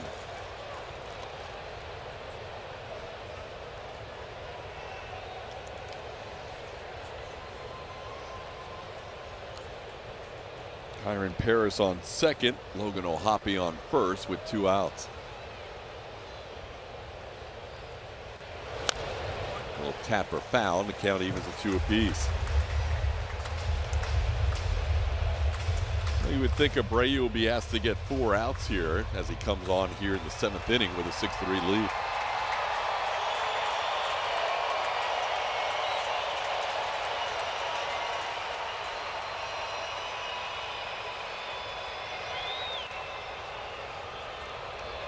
Got him. Abreu's success continues against Taylor Ward as he strikes him out. 3rd time in a row, Ward has gone down on strikes. Angels strand 2 runners in the 7th inning, and the Astros lead by the score of 6-3. As we do on Sunday afternoons here at Dyken Park and throughout Major League Baseball, we'll keep it right here and hand it over.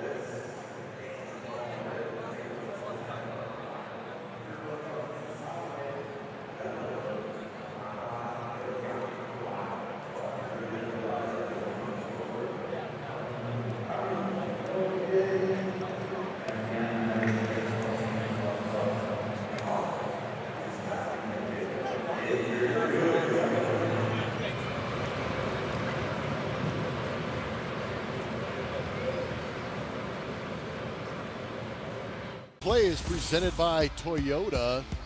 How about we take a look at El Caballo in Philadelphia, unloading for 3 home runs as the Astros go on to defeat the Philadelphia Phillies 9-6. A little side note there is with that firepower from Carlos Lee, it enabled Roy Oswalt to qualify for his 100th win. Big day in Astros history, big day for Carlos Lee. Back here at Dyken Park as we head to the bottom of the 7th inning. We see a new pitcher coming into this game for the Angels. It's going to be Michael Darrell Hicks. Got roughed up in that outing in his major league debut. Cam Smith puts it on the ground on the first pitch he sees. Cam grounds out to start the bottom half of the 7th inning. Yeah, threw an inning against the Astros earlier in this series. Won an inning, gave up 3 hits and 4 earned runs. Pretty good play by Kyron Paris here to get that short hop and throw out the speedy Cam Smith. And Cam had a RBI double against Michael Darrell Hicks his first time. Now he grounds out back through the middle. Here's Mauricio Dubon batting for the 3rd time. Dubon using that torpedo bat for the first time in his career is 1 for 2 with an RBI single. He tied the game at 2 with a single into center field. Darrell Hicks, who made his big league debut, now pitching for the 2nd time in the series. He was called up when Ben Joyce went on the injured list for the Angels. Dubon fouls one past Altuve in the on-deck circle, and the count's 1-2 on Mauricio.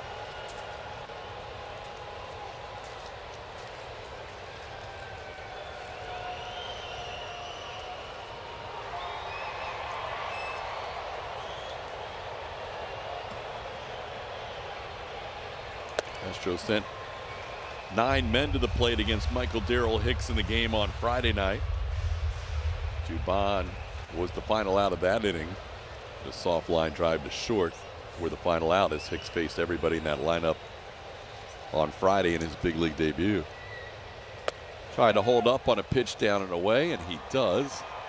Now Mauricio has worked the count full.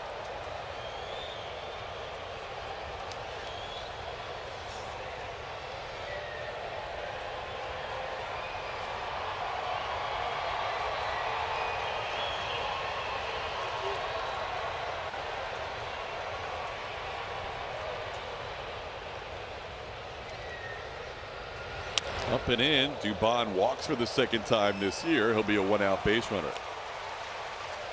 Complete your wardrobe with a pair of Jose Altuve socks for 10,000 fans. That'll be on Sunday, April 20th, presented by Houston Methodist. 1 week from today, you can secure your tickets at astros.com/promotions. 1 on, 1 out. Jose Altuve looking for his first hit. Altuve, speaking of socks, always showing off the Afterburner socks here as part of the City Connect 2.0 uniforms. Takes a pitch up and in for ball 1.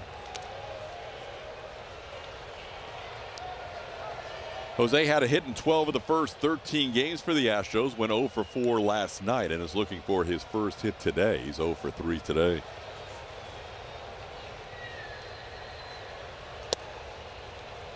Pitch for a strike is 1-1.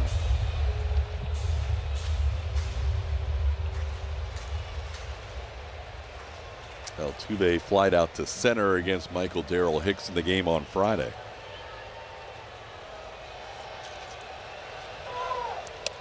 Dubon on the run, and Mauricio's going to have his first steal of the year.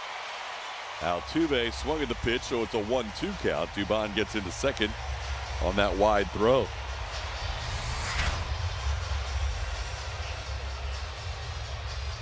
Swing makes you wonder if it was a hit and run. But Doobie wasn't peeking in, so that kind of gives me the idea that it was a straight steal. Because usually on a hit and run, that base runner will take a peek in to see where the baseball goes.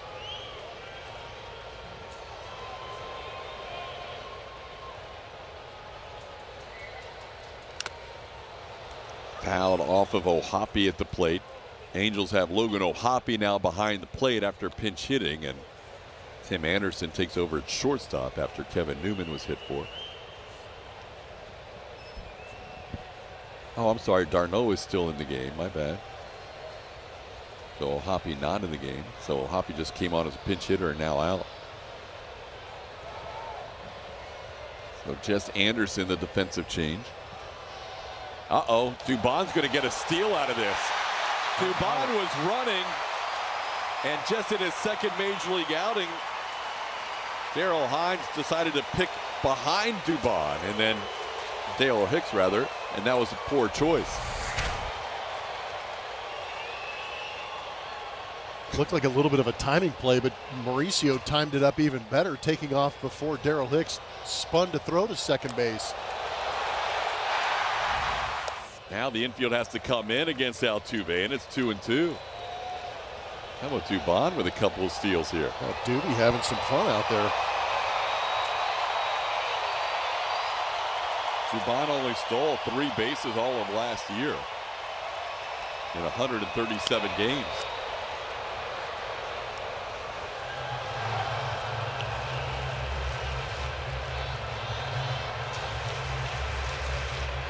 Altuve had a chance in the second inning with a runner on third base and less than 2 outs. Flied out to center field, but they couldn't score Cam Smith from third because Adele caught the ball in relatively shallow center. This ball hit well enough to right. That'll score a run. Back goes Soler. Dubon can walk home. Mauricio Dubon, after the walk, uses his speed for a couple of steals, and the Astros add a run. It is now a 7-3 lead. Yeah, Doobie and his afterburner socks got that run for the Astros in this inning. Stealing second, literally stealing third, and scoring on that sac fly, much to the appreciation of Jose Altuve, showing some gratitude for the hustle. As Altuve, his 7th run batted in of the year, and the first run scored this season for Dubon, or second run scored for Dubon, both in this game. He scored the first time on a home run by Isaac Paredes, a 3-run shot. That was the big blow in this one. Isaac turned a 2-2 tie into a 5-2 Astros lead. And the Astros have never looked back, now leading 7-3. With that extra run, the Astros do get Taylor Scott warming up in the bullpen. Abreu did get the final out of the 7th inning, but Scott warming up for the second consecutive inning here.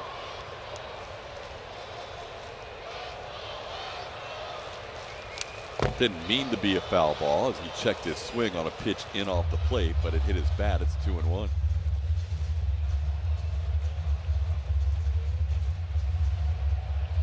Baseball basics moment for Cam Smith as Dubon tells him how he stole third. I'm always curious who initiates that, because sometimes it's kind of interesting, because I wouldn't be surprised if Cam Smith said, hey, what are you thinking? What are you looking for? That's how you absorb some of the information and some of the knowledge that's going to help your game. But at the same time, Mauricio's the type of guy too that would just come over and say, hey, did you see this? Did you see that? Keep an eye on that. Looked like he was talking about a shoulder move. Could be. Something that he saw on his shoulders. That well, Mauricio's on deck while Cam Smith is at the plate. So you could be watching that at, the mechanics of the swing a little bit closer. 2-2 pitch, swing and a miss, and that'll do it for the Astros in the 7th, but they add on a run. It's now a 7-3 game. We'll head to the 8th here at Daikin Park.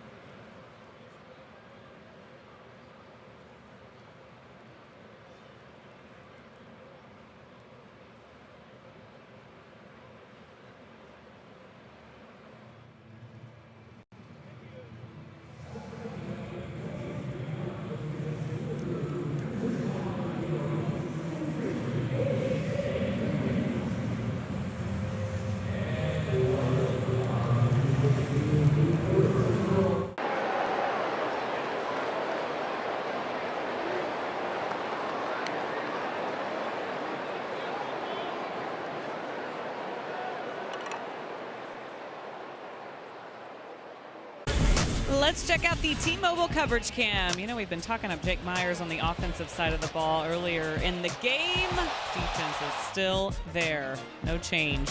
More good grabs, including this diving catch. That was excellent in the 6th to Rob Rengifo of a hit. King Wisniewski loved it. We love to see it. Gabe. Continues to flash the leather on this baseball basics show. Jake making that great play against Luis Rengifo, who leads off here in the 8th inning. It'll be Rengifo, Mike Trout, Jorge Soler. Brian Abreu back out for a full inning of work after getting the last out with 2 on and 2 out, striking out Taylor Ward to end the 7th.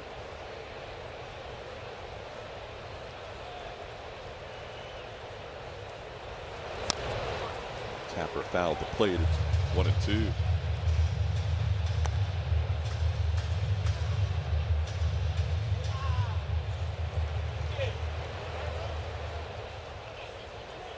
Rengifo feeling that one a little bit. That hit his back leg. He's got a shin guard on the front leg, but that might have hit him in the back leg. Or it could be up under that instep or in the heel. Yeah, he's taking a little time to walk it off.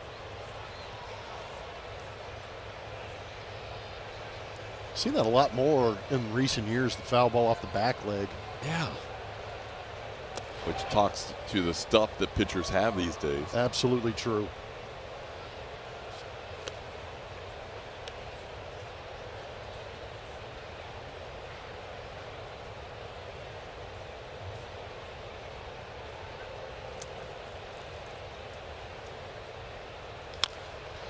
Astros lead this game 7-3, trying to take 2 out of 3 from the Angels and give the Angels their first series defeat of the season. The Angels won their first 4 series this year, taking 2 out of 3 in all 4 series.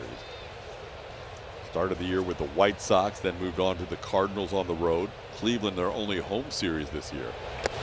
Then Tampa Bay and now Houston. This pitch is down, 3-2 the count to the leadoff hitter here in the 8th. Luis Rengifo.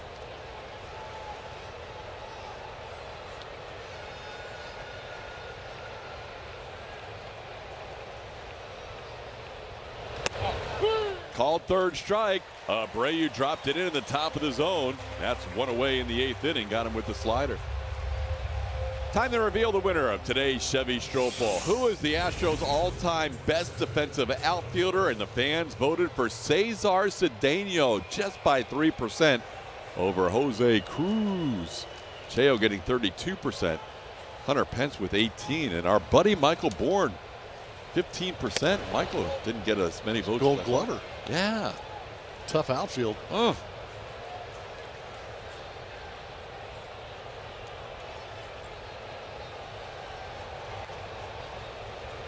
1-0 pitch is fouled back. 38 defensive runs saved for Borney, but finished last in the Stropoll. Tough category today. So here's Trout facing Brian Abreu. And Abreu's been around since 2020. He's pitched over 250 big league games. And the Astros played the Angels at least 13 times a year. Back in the day when Abreu was first in the league, it was 19 times a year. So you would think there would be plenty of history between these two guys. But because of all the injuries through the years to Mike Trout, this is just the 2nd time he has faced Brian Abreu. Wow, that's a little shocking. Crazy. And the first time was all the way back in 2021. And he singled on April 5th of 2021. So he faced them over 4 years ago as his one and only at bat against Brian Abreu. There's guys in this lineup like Taylor Ward who have 12 plate appearances. As Trout didn't like that plate appearance against Abreu, who has 3 strikeouts of the 3 batters he has faced. Astros fans, stay connected with your favorite team all season long. Follow Space City Home Network on social media for game highlights, player interviews, giveaways, and more.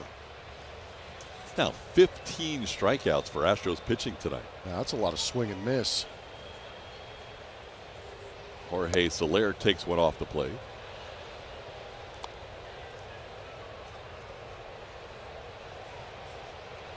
Soler hitting a home run, solo shot in the 6th inning. He's 1 for 3 today.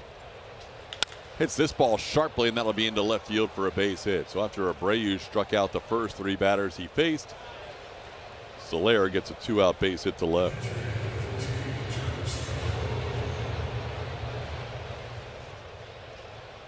Josh Hader is currently warming up in the Astros pen in this 7-3 game with a runner on. The next hitter is a left-hand hitter.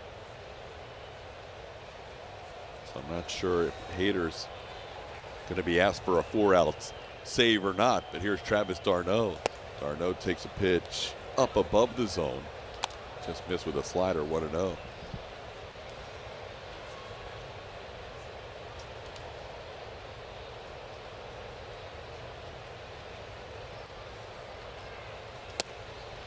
That one's wide, 2-0.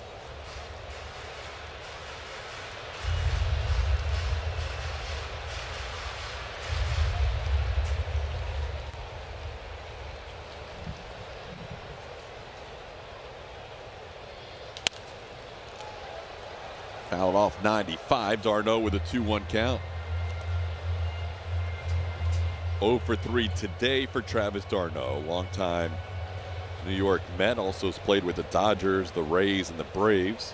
Spent a lot of time recently with Atlanta.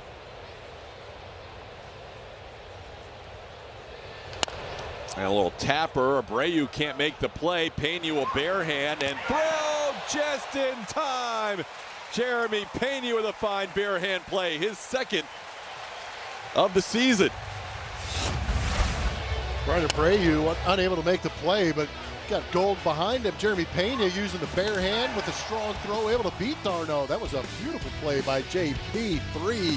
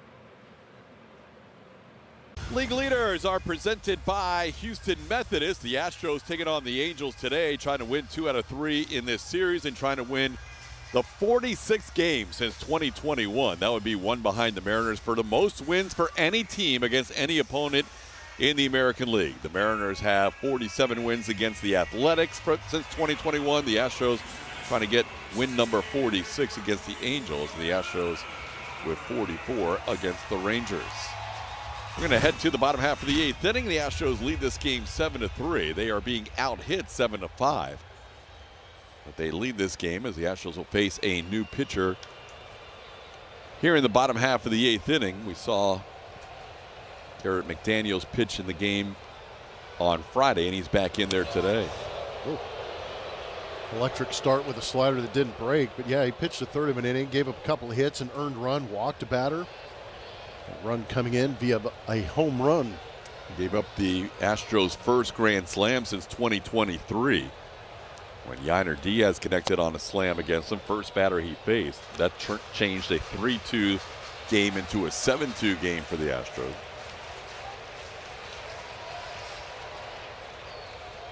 It'll be Jordan leading off, followed by Christian Walker and Victor Caratini.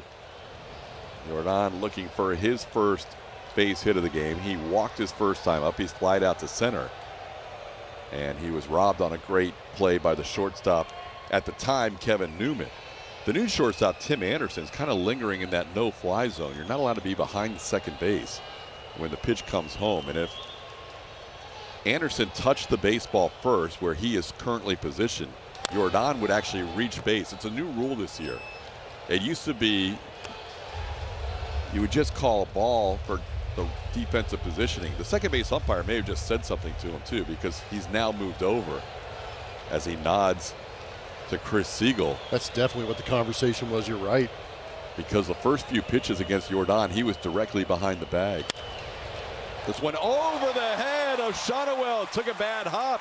Jordan will take it. That ball took a big second hop on Shotwell and will be a base hit for the big man. That's why you pay your member dues right there. You get that members bounce. He topped it, hit it pretty hard. Looked like Shotwell was going to have an easy play on it, but that second hop just jumped over the head of Shotwell, who can't come up with it.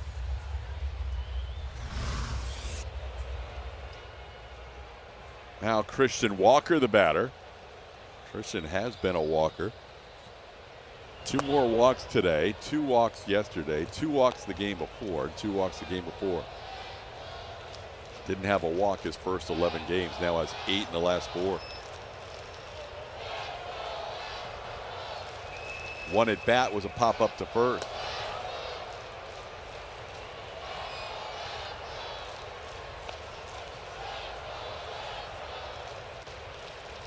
Two and 0 the count. Joe Espada has a couple of lefties warming up in the bullpen. He's got Josh Hader if this stays at a 4-run game. Not a save situation, but grand slam distance. We saw that last year where Joe used Hader a few times with a 4-run lead. Bennett Sousa, the other lefty, would pitch if it is a 5-run lead or more. 3-0 is a strike.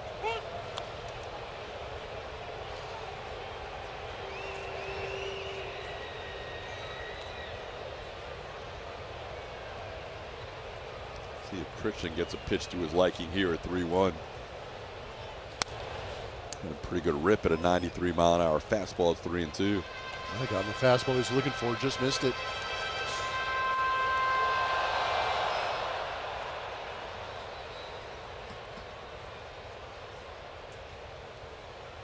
And hit by Alvarez, the bad hot base hit. Only hit number 6 for the Astros today.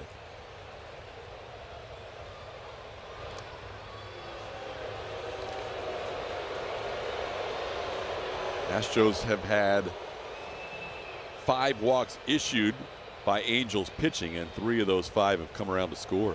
Leadoff walk to Caratini in the 2nd, leadoff walk to Walker in the 6th, as Christian goes down on strikes here. And then the walk to Dubon last inning. Suit up this season at MLBshop.com. Check out the largest selection of authentic jerseys, caps, hoodies, t-shirts, and more. Visit MLBshop.com, the official source for your Houston Astros gear.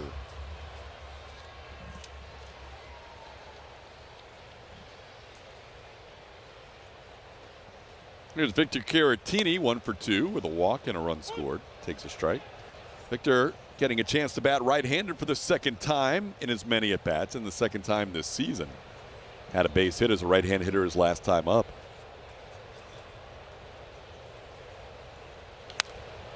Fouls that one away. Caratini down in the count 0-2.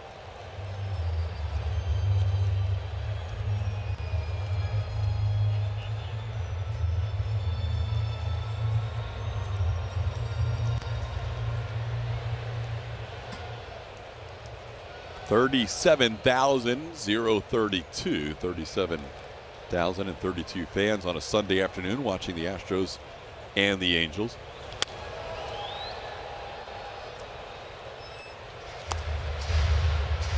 Astros went 2-4 on the first homestand, trying to improve to 4-5 on the home season.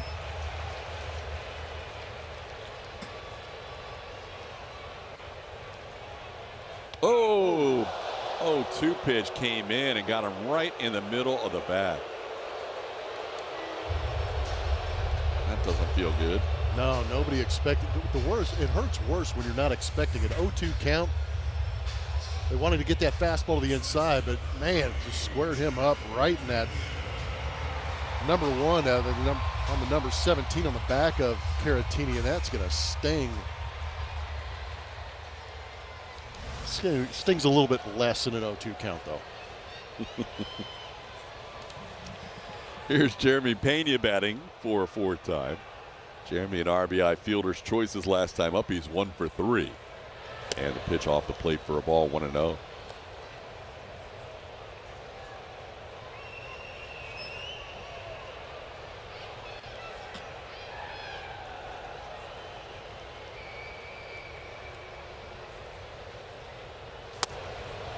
Swing and a miss. It's 1-1. Pena hitting .333 during a 5-game hitting streak.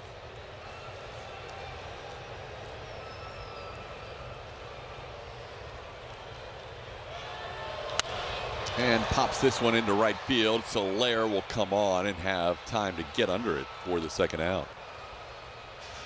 Now, a message from TXU Energy.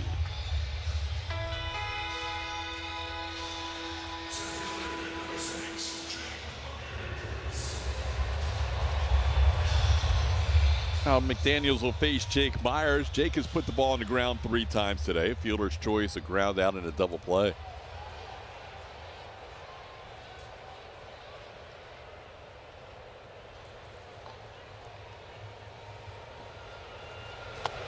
Goes after the first pitch slider down. It's 0-1.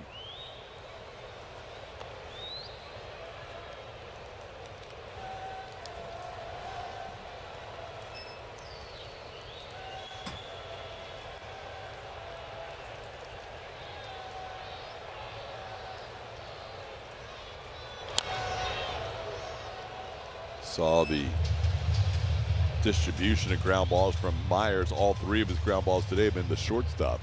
That's where he hits the majority of the ground balls that he puts in play. It's 0-2.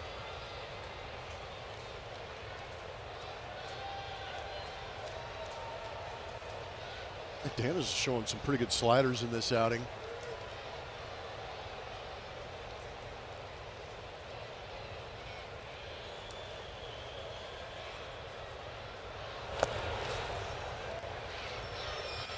One of the key questions when Josh Hader gets into this game is, will the Julian Morales tattoo still be present on the right bicep for Josh? Big question.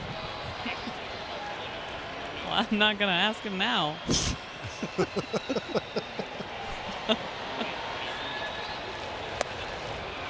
inside for a ball. In case you weren't with us on the broadcast last night, Josh Hader had the temporary tattoo celebrating Julia's birthday on the right arm. It wasn't just Josh. There were a lot of these tattoos. Someone else on the team? Oh, we'll talk more about it later. 4th ground ball to short for Jake, as that'll do it for the Astros in the 8th. We're going to head to the 9th. It's 7-3 Astros, and Hader will be on.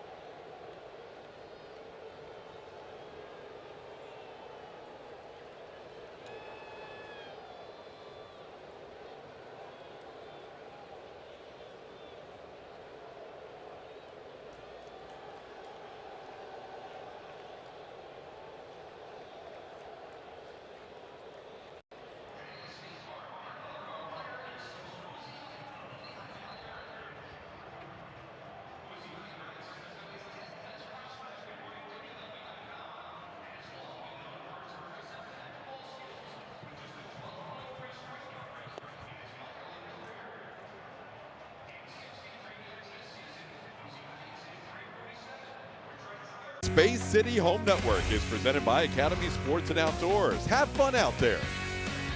And by Rooms to Go. Now's the best time to save on a new mattress during the store-wide mattress sale at Rooms to Go. Couple pretty solid number 27s right there. Jose Altuve and Mike Trout as we bring you back inside Daikin Park with our Yingling flight cam. Ninth inning baseball, Blummer at 7-3 and a new pitcher. It's going to be Josh Hader. It's not a safe situation, but Joe Espada wants to get on that airplane with a W, so he brings in the closer here with his 4-run lead. 5 games this season. He has 3 of 3 in save opportunities. Great ERA in 7 innings pitched. 10 strikeouts in those 7 innings. Nolan Shonowell, left-hand hitter, will be the first one to face Hader, who delivers a strike at the top of the zone with a slider. It is 0-1. Shonowell, home run. His first time up, has also struck out a couple of times. Astros up to 15 strikeouts as we start the 9th inning. Shonowell trying to bunt against Hader. That's what he feels about his chances against this lefty. It's 0-2. Plus the infield was back, so trying to get on any way possible in this 4-run game. I don't think you were entirely wrong. It's a little bit of the matchup and where the defense was playing.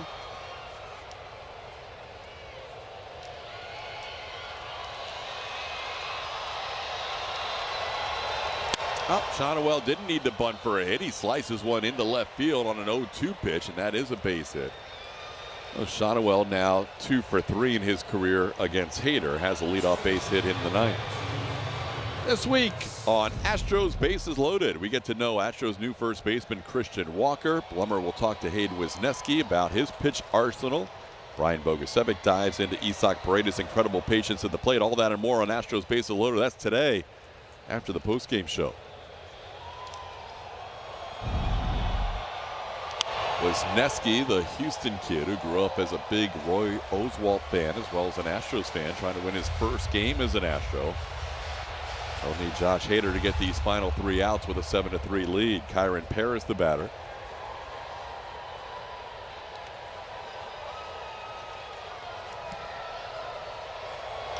Paris sends one to left field. Altuve coming in. He'll make a sliding catch. Jose Altuve puts it away for out number 1.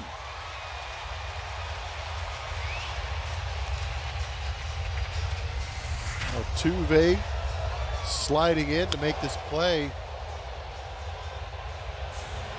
Took him a step to judge it, but once he finally did, was able to speed in there and make that play. Eye on the baseball the whole way into the glove. Jose is getting chanted. Chants from the Crawford Box crowd, who gave him a standing ovation after that play and acknowledged the crowd afterwards. We thought it would be a special relationship out there with him and the Crawford Box crowd. It's only going to get better the more home games we play. Right? They were doing the old Jose chant that you normally only hear when he's at the plate, but now they have a new domain to chant that out in the outfield when he makes plays like that. It's going to be competition between Jose Altuve and Isaac Paredes trying to endear themselves to that Crawford Box. Yeah. 0-2 to Joe Adell, and he tried to hold up. That's a swing. That'll be out number 2 as Hader picks up his first strikeout. That's now 16 for Astros pitching today. Astros pitching punching tickets today.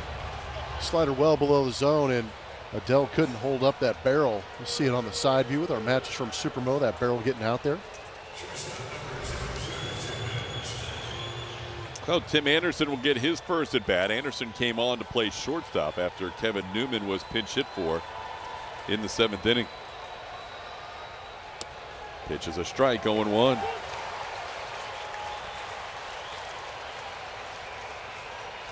Astros trying to move within a game of 500. At 7-8 with a win, and trying to give the Angels their first series defeat of the season. Angels down to their final strike. Everybody will stand now.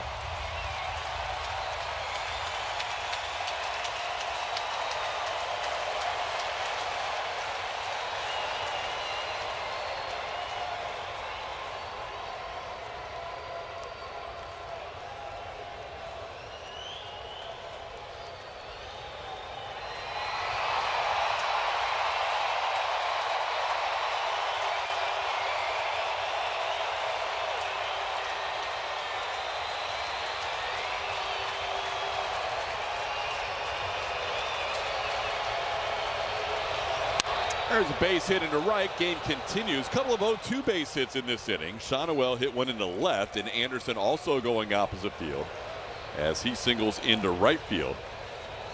So 2 on now with 2 outs in this 4-run game. Both hits in those 2-strike counts were fastballs. This one just elevated away, and the veteran Tim Anderson goes with it. So now back to the top of the order. Taylor Ward, the batter.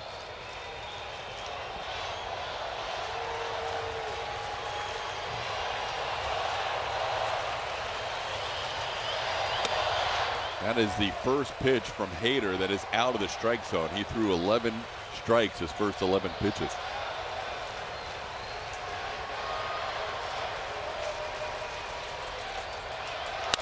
That ball into center should be the ball game. Jake Myers calls it and catches it, and that's a winner for the Astros. 7-3 the final score. Astros take 2 out of 3 from the Angels, who lose their first series of the season.